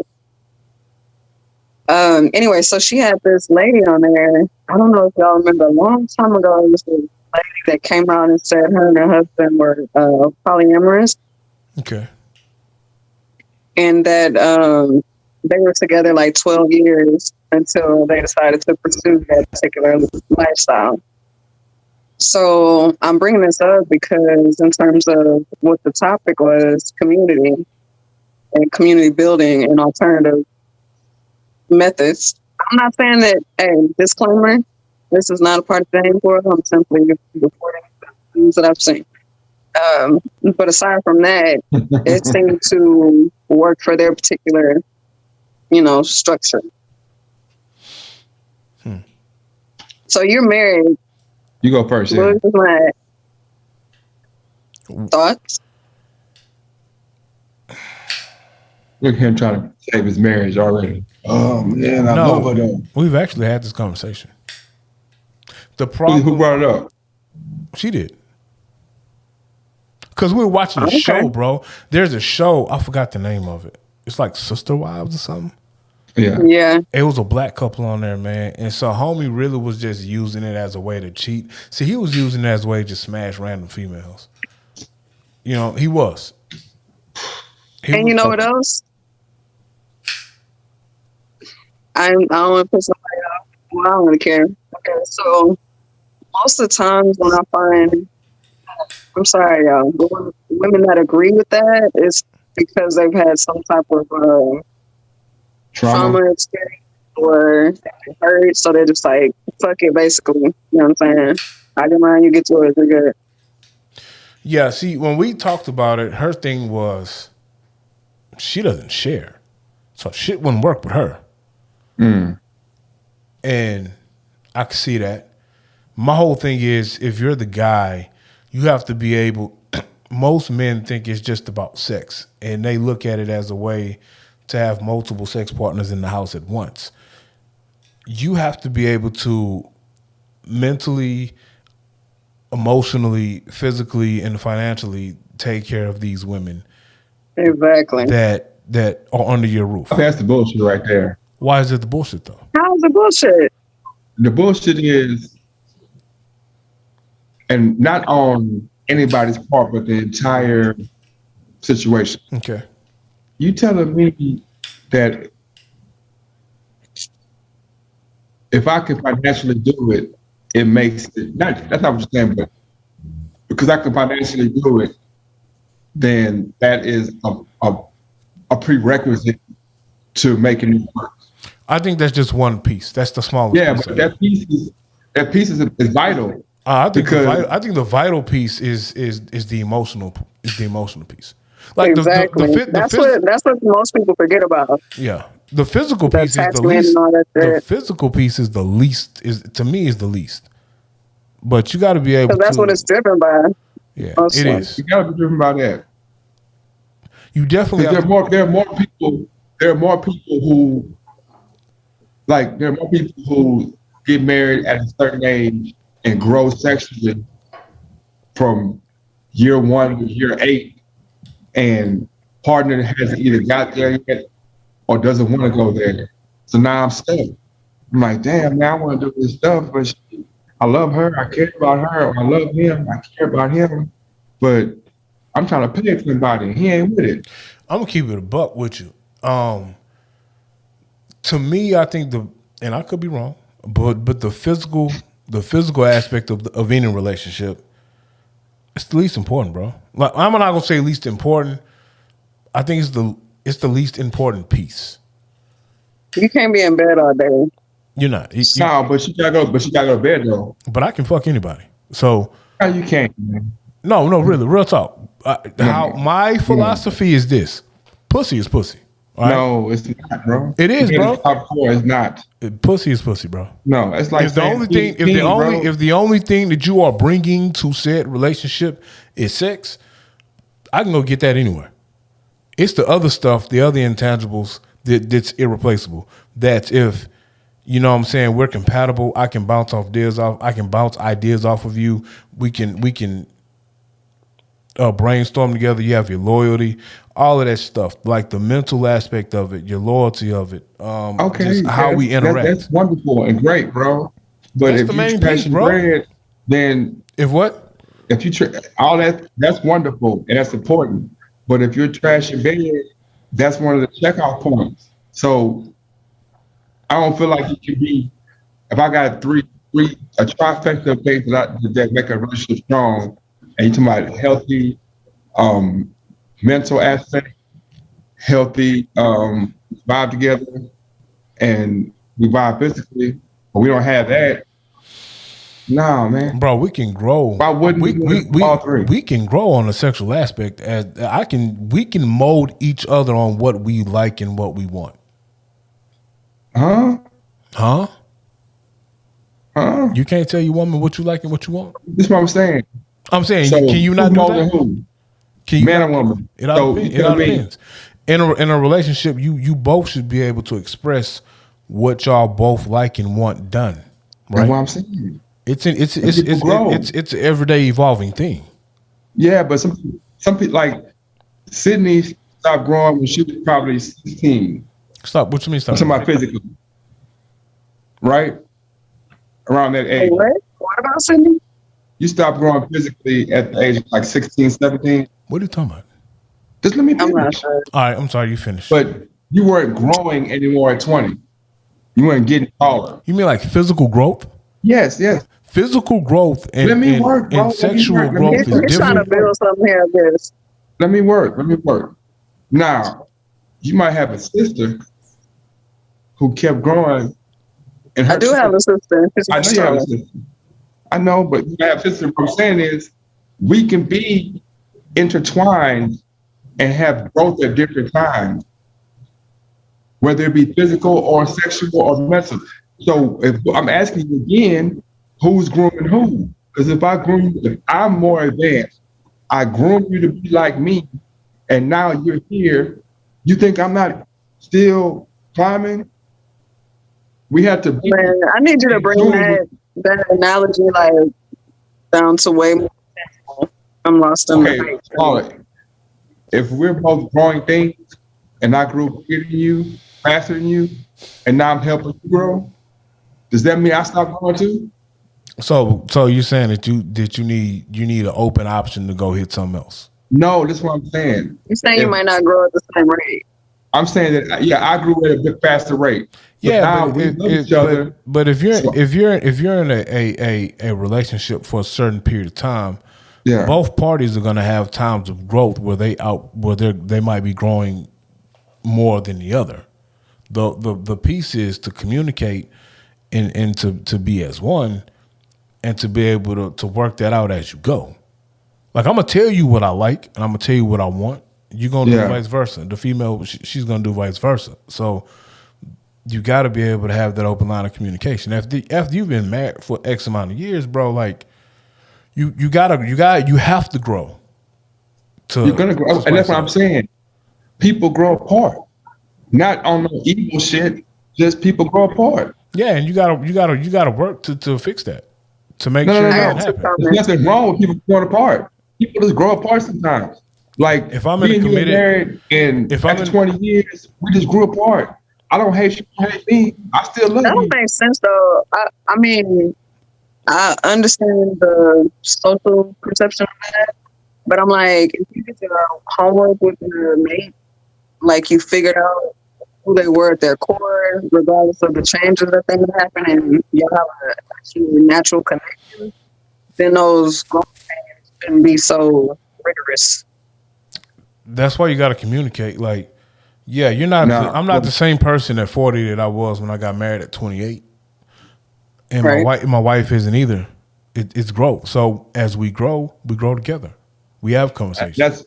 When we see we're hitting a spot where we're growing apart, man, that's when you got to recalibrate, and that's when you had a conversation. That's when you figure out. That's when you slow down some of your personal goals, and you make sure you pay more attention to your mate. So you got you have to be able to acknowledge that. So anybody who has a healthy relationship and a part of their life, yes, it's healthy. If a part of my life is making sure that my relationship evolves as I evolve, then you work with it. You work on it. And in that you have to make room for sacrifices. No healthy, real relationship is gonna grow and we don't make sacrifices. You got to make sacrifices in any relationship. But what I'm asking you, and I'm going by what you said, When I say I gotta stall my personal growth so that we can grow, how many times do I do that? I didn't say stall How my many times personal, do you do that? but I never said stall my personal growth. That's exactly what you said. That's No, I your didn't. exact word. I said we grow He didn't say together. stop. I said we grow Okay, together. you say you should do what? I said we grow He Slow said together. down. and he also said that he may need to like pay attention to basically where your mate is at. You know what I'm saying? Where they're mentally, you know what I mean? I'm just So, asking so how y'all many can at times least do you slow be down? on the same page there. I'm asking both of y'all, how many times does one person slow down before they be like, I can't keep slowing down for you? It's not about I'm slowing asking. down. It's not about slowing down. Who That's said when you slow down? mismatch though, JB. I feel like at the core, that's when it's not a match. What I'm saying, okay, what I'm saying is this. At 15, at 18, 21, 25, 35, 40, 45, 50, 60, 90, we change. We change. Not always for the better, not always for the worse. Sometimes we just change. We just get perspective different. I used to think certain things were law at 25 that I'm ashamed to even say out loud now. I used to like, you change. Now, everybody doesn't change like that. Some people we've had this discussion before. People could know the truth and be like, man, I was taught this. I'm going to stay there. I know this might be true, man, but I don't care. I've been doing this for 60 years. I'm going to do that. Other people, Are you saying people that don't want to change or that aren't growing? I'm saying some people grow apart not because they want to, because at their core, they're different. And a marriage So that's is intertwined exactly, two that's what I was things. saying. You know what That I'm you saying? need The to make marriage sure there's an actual match. Like take your time and date the person and get to know them without it just being about the physical. yeah. But I'm saying, okay. Because I'm saying that all JB, I got a question. Yeah, You got a girlfriend? maybe. Why you ask? I don't know if he can I'm answer that just trying to question see your truthfully. perspective. I You trying don't, to I don't find the know if he root can answer that of one that. truthfully. Man, He don't want to I put just feel somebody like else on camera. love being revenge. But Did you have some comments, Sydney? Like, did you have Yes, some? I Yeah, did. Sydney got some Okay. comments. Ascendant Physique says, I guess this was related to the polygamy part. Is loyalty determined by sexual fidelity? And she can have an emotional boyfriend she never touches. A woman might need or want two men to fulfill that particular aspect. And let's see. The other comment is Hustle City said, is he talking about mental or physical? Because when it comes to men, it's 21. And women, it's 18 physically and mentally. For men, it's like 25. There's a 3-year gap between the two, I guess, of growth. I agree. I agree. Like don't make it seem like I'm saying that you got to be sexually intertwined or even mentally intertwined, because we've seen all types of relationships be successful in the long run. We've seen arranged marriages, we've seen 90-day wives, we've seen, first time we met, we've seen we dated for 10 years. Like they all can work and they all can fail. Yeah, I agree. And also you gotta look at this too. Like you have to want to make the shit work. So I've been married You have to like the person, you do like, have to for like the real. person. Like I've been married 15, 16 years, something like that. So Okay. there have been times, you know what I'm saying, that I guess if we didn't want it to work, it wouldn't work. Every I don't care how much of friends y'all are. I don't care how much y'all don't like y'all don't argue, whatever the climate is, y'all have a great relationship. You're gonna have trying times in any relationship. So it's not about disagreeing, it's how you disagree.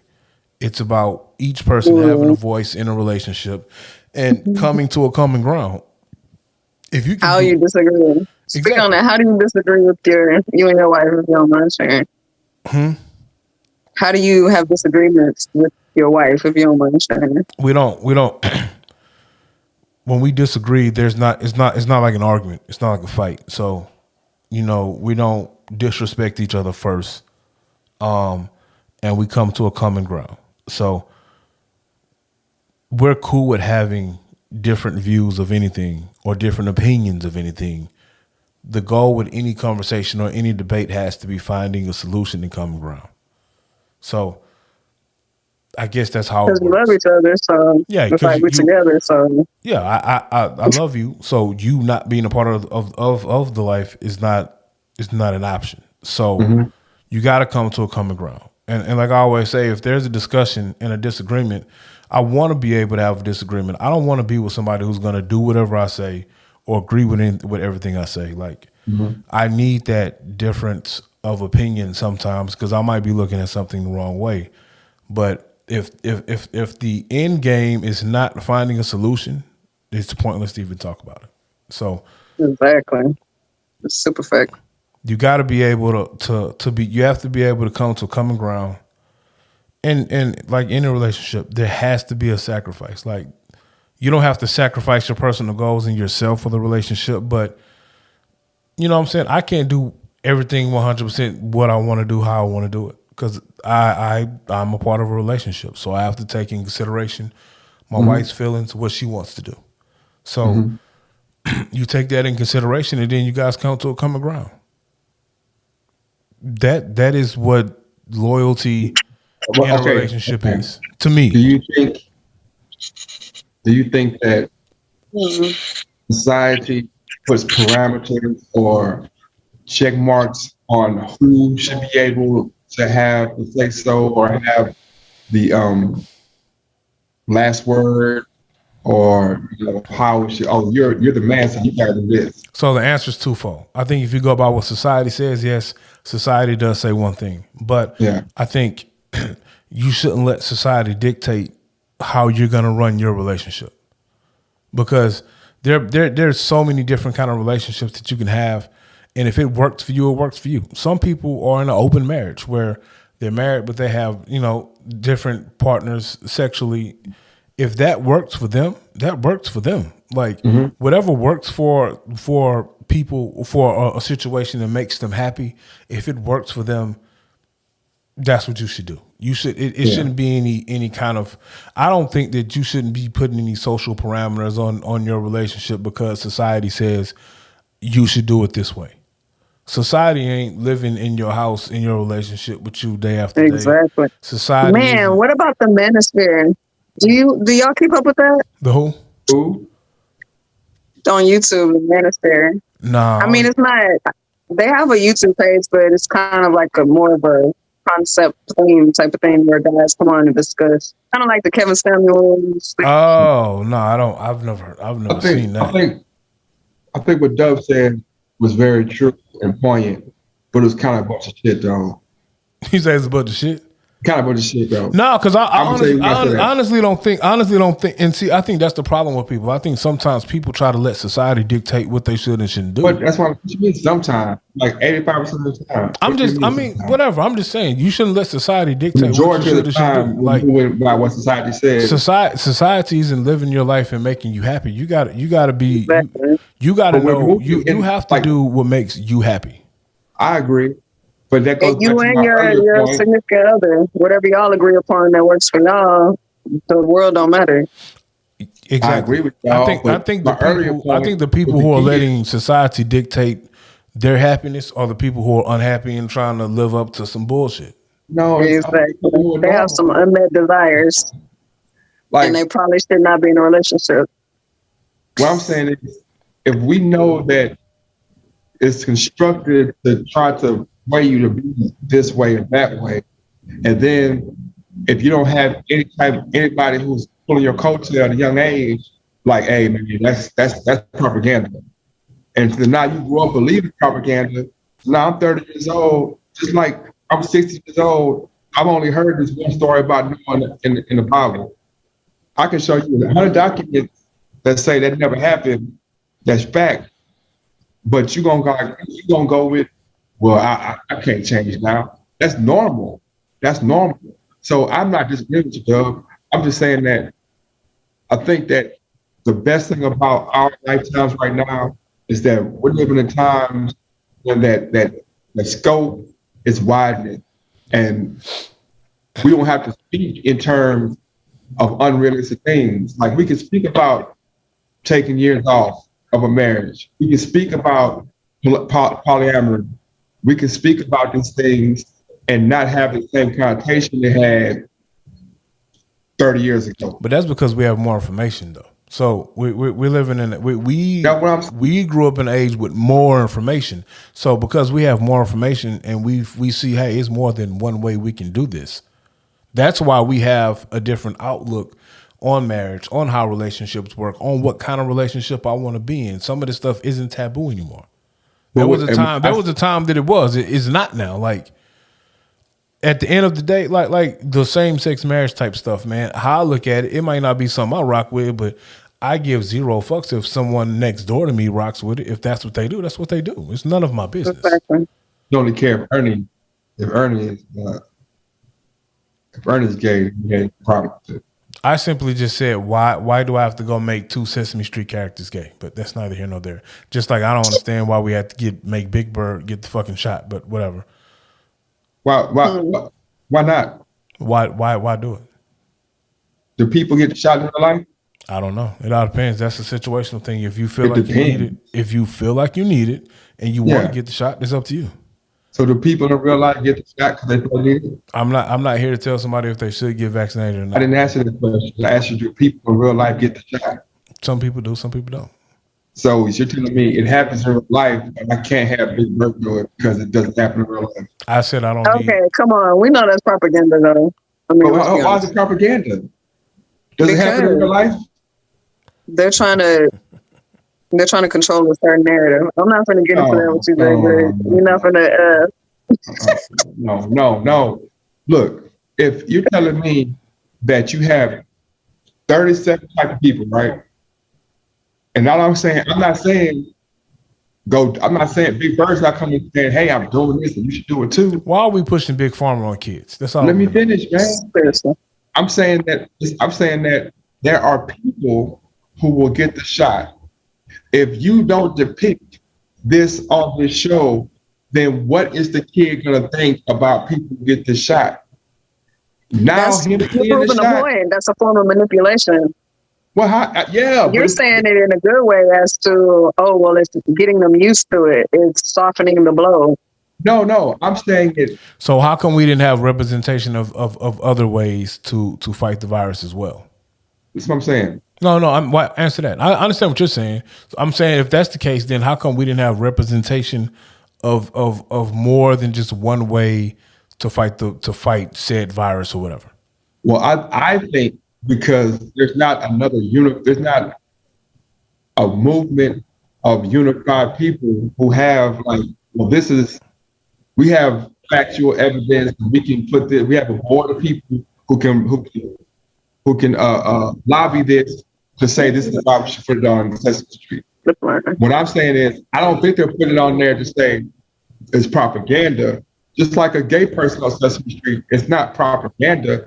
It's just saying that these people exist.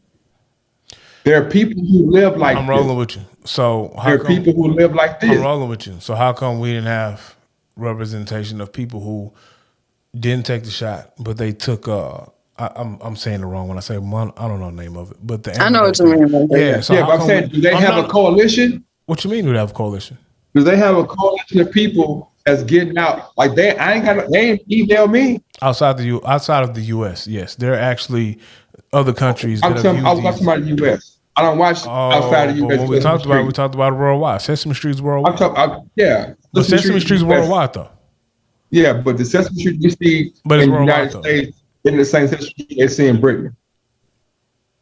It's different. Okay. I don't want to argue about the facts. I don't want to argue about the facts. You don't want to argue about the facts or the facts? The facts. No, we're not talking about the facts, bro. We're talking about the facts. We're talking about... This is what I'm saying. What I'm saying is there are people in the world who took the shot. Not asking you why they took it. Not saying if they're supposed to take it. They're just people who did this. So when you see Big Bird take take the backs. When I see somebody taking the backs, I don't look at that person like they're a weirdo for doing that. Oh, Big Bird did that. I know what he's doing. And I keep on moving my day. Bird and Ernie are gay. Oh yeah. So is my cousin. And I keep moving. I'm not looking at not an optical thing. It's not like, oh, what the fuck they doing? Or oh, what is that? But you grown though, JB. I'm to my kids. The same way. If it looks the same, I look at the same. The only reason people are different to something because they have no exposure to it. If I see it and it doesn't look the same, I don't think I know it. But if I don't see it and I see it over here, I'm like, hold up, that's different. Why are they different? Now I'm asking questions. Now I'm inquisitive on a different level, as opposed to being like, oh, Bert and Ernie gang, and so those guys over there. Whoop, big whoop. Not, oh, they're gay. Look at them, they're different. Now they're like Bert and Bert, they're cool, whatever. Perpetuating the thought that we're all the same. Not that our differences don't make us different. They're just part of our. At what age were you introduced to sexuality? I don't know. Probably 6, 7, 8. So, do you believe that you how were you introduced to sexuality at 6? I think I saw it on something. I saw it on a book or something. So, at what age were you sexually active? It's a lot of information, bro. But I'm asking. It's that around 2nd, 3rd grade. So, what age is that? 2nd, 3rd grade? I don't know. 8, 9. So, do you feel like that was a positive experience for you to be introduced to sexual activities at 8? Or do you think you would have benefited? Or do you think you would have benefited better if you were introduced to sexual activities as an adult when you fully understood it? I'm gonna roll with you too, but I'm gonna say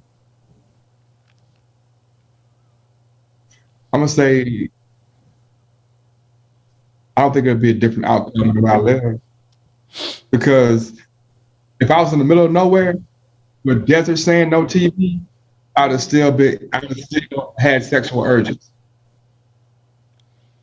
So, because I saw it on TV at 8, I would have had that same urge at 19 anyway.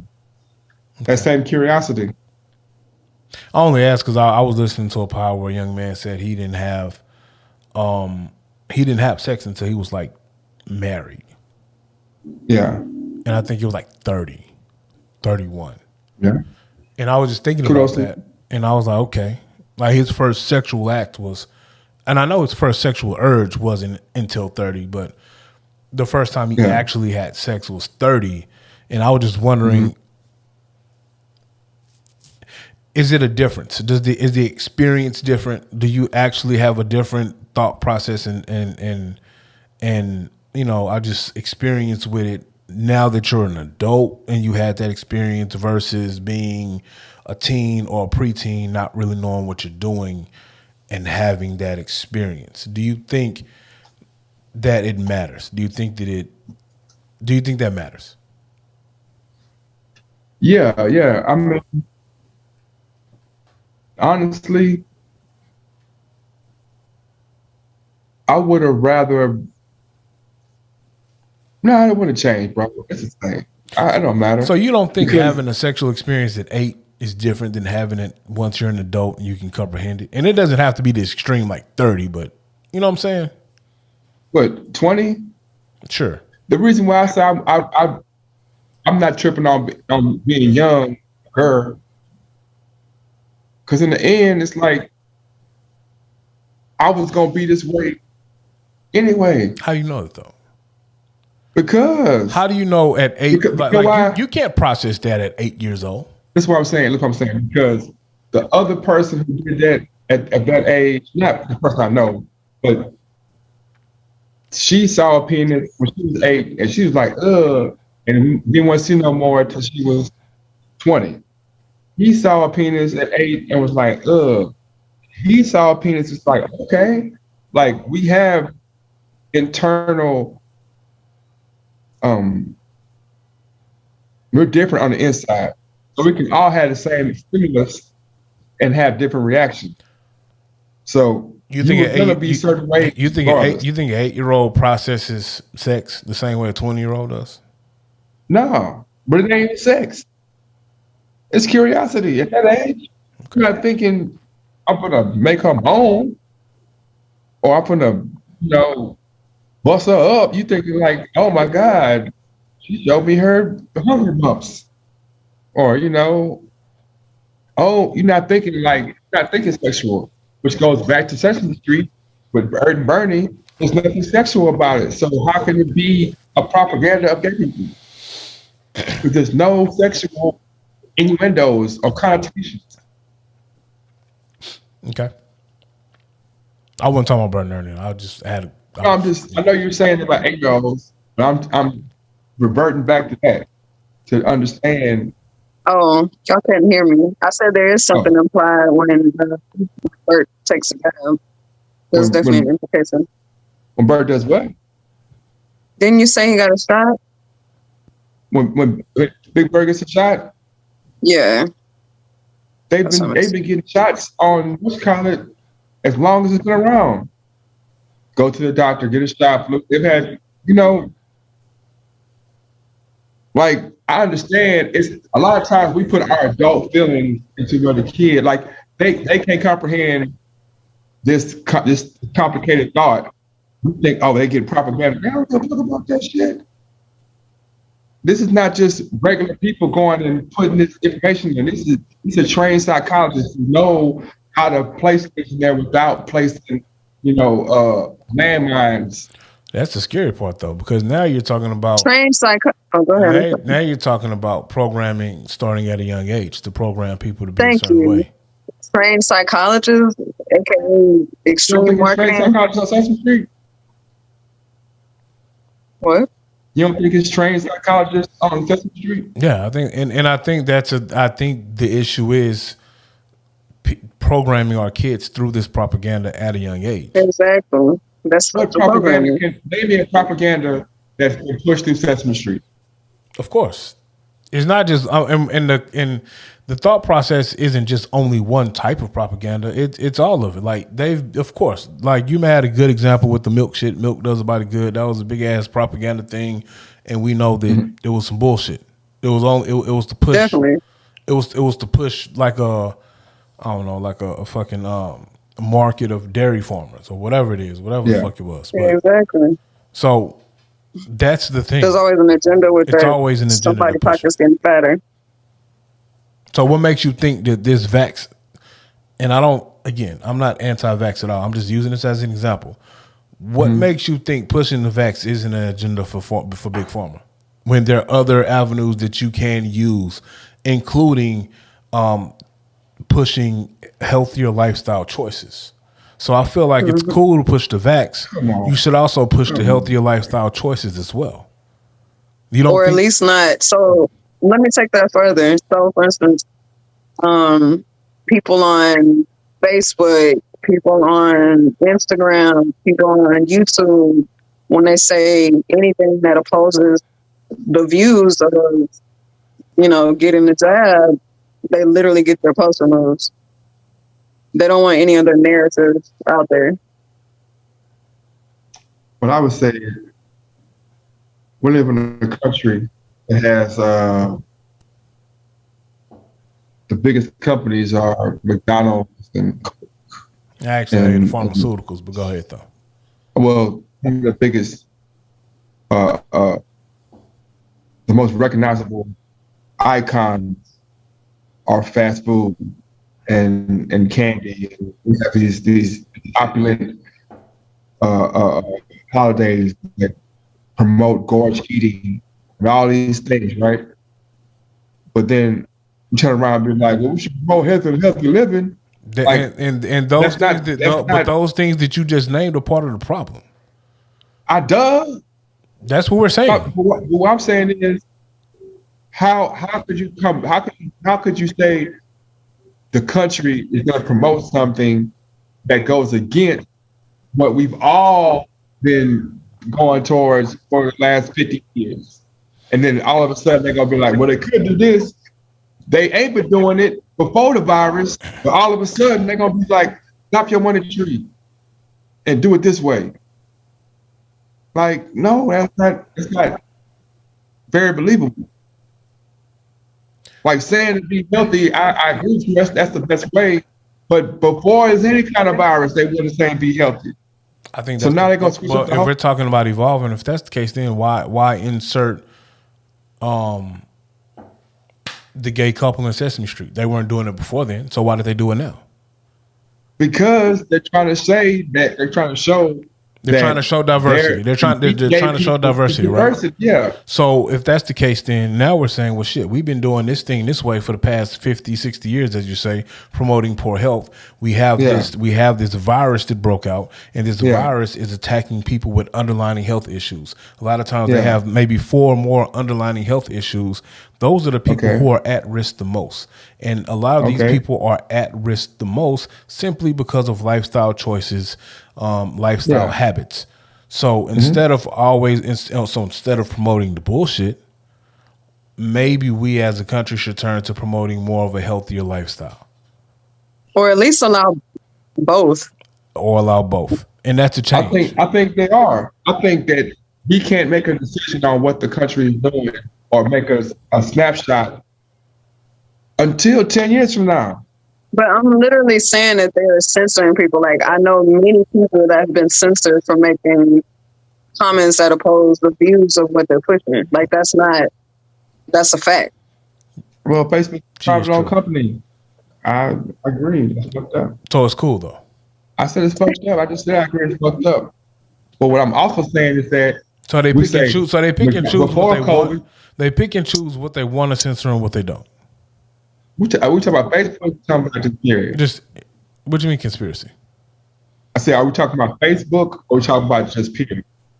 Well, just period. Facebook is part of the censorship. Society. Social media. I could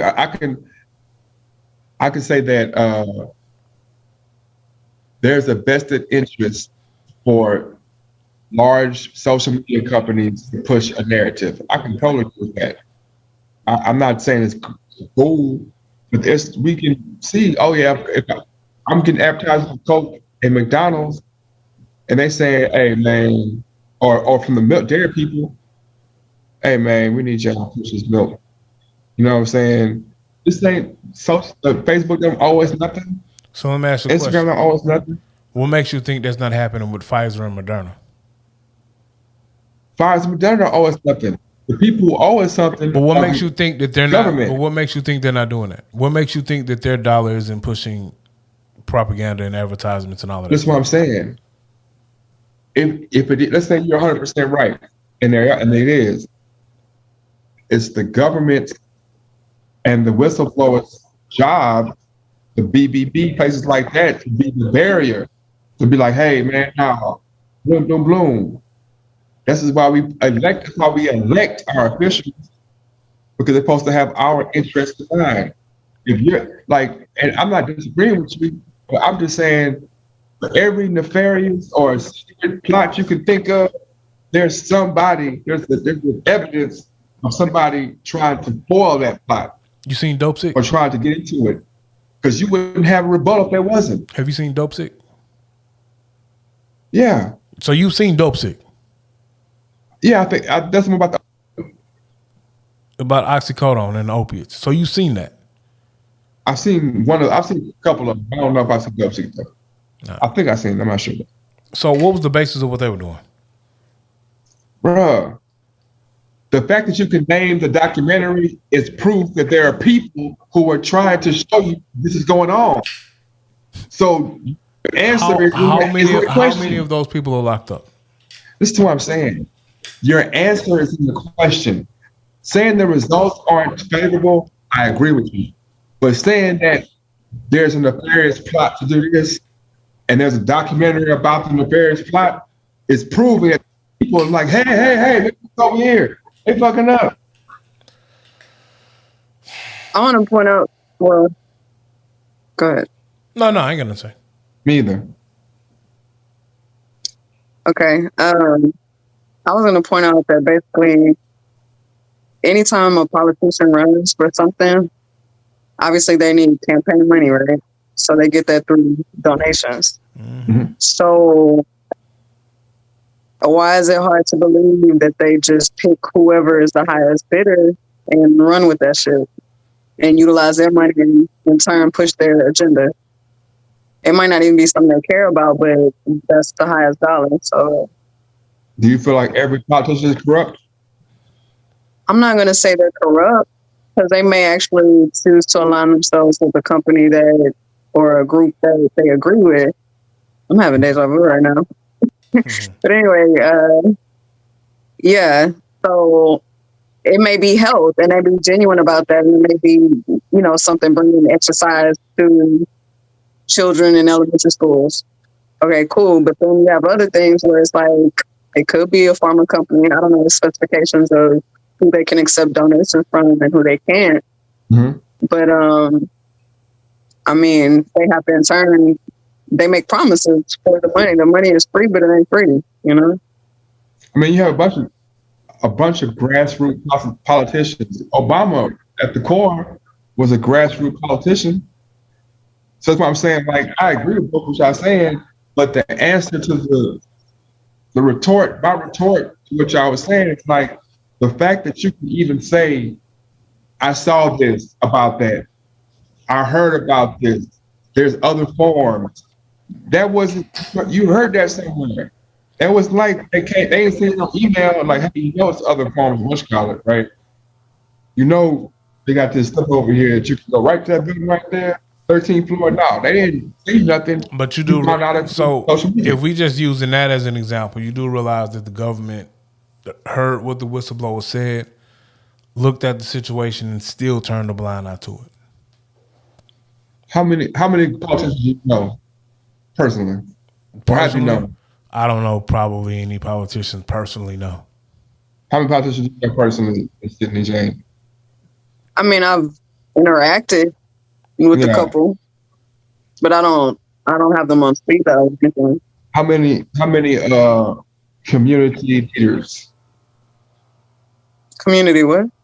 Leaders. A few. When you talk to those community leaders,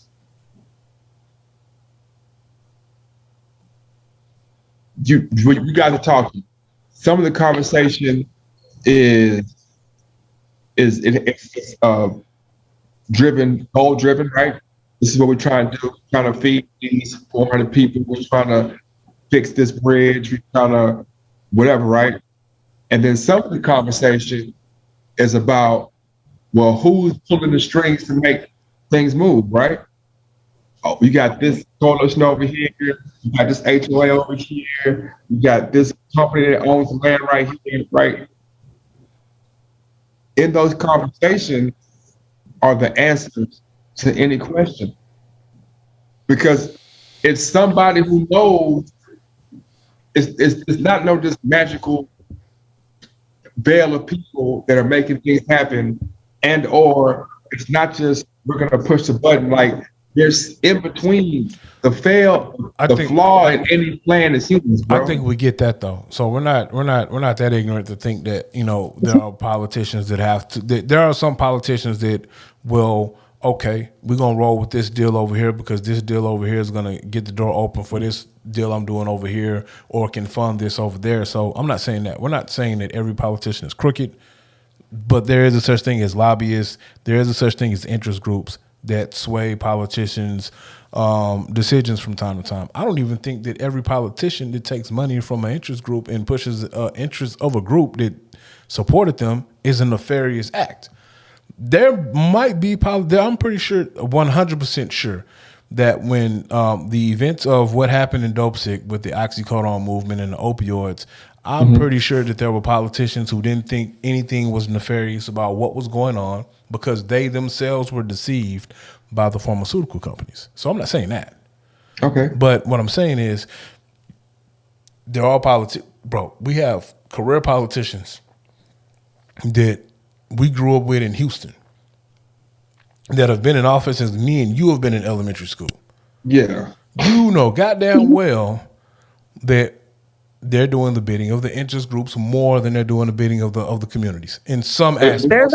There's another group too. We don't know that, bro, because they make promises to the people as well, and they may not even agree with that. They may just choose that position because it's popular. Hence, when we get politicians in office and people are upset because they feel like they're not doing what they said. But I will admit, I'm not a politician. I'm not an expert on that. So, you know, I don't even deal with that, but it's just my opinion. I could be wrong. I'm saying that people pay taxes and then throw trash in the home. You know what I'm saying? Like, people work against their own interests all the time, inadvertently. Like, they do one thing, they pay money to do one thing and do something else that is totally against it. You know what I mean? So I agree with y'all, but the flaw in human existence is human existence.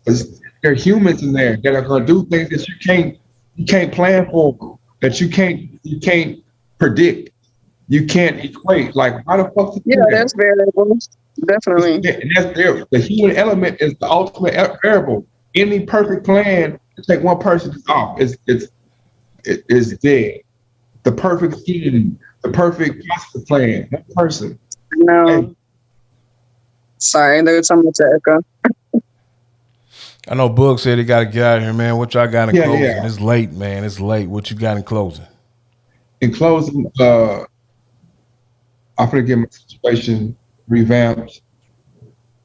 I'm going to go to a different situation. Now you throwing gang signs. Don't get me shot at, bro. That's why I'm wearing sweater blue.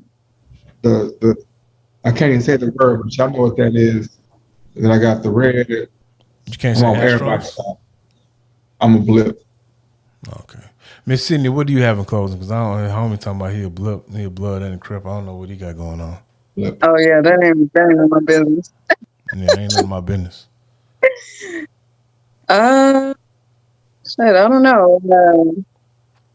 I feel like everybody should lean to what's inside their heart. And I know that sounds corny, but let your heart guide you, not society. That's a good word to end on. Yep. Hey, Boog.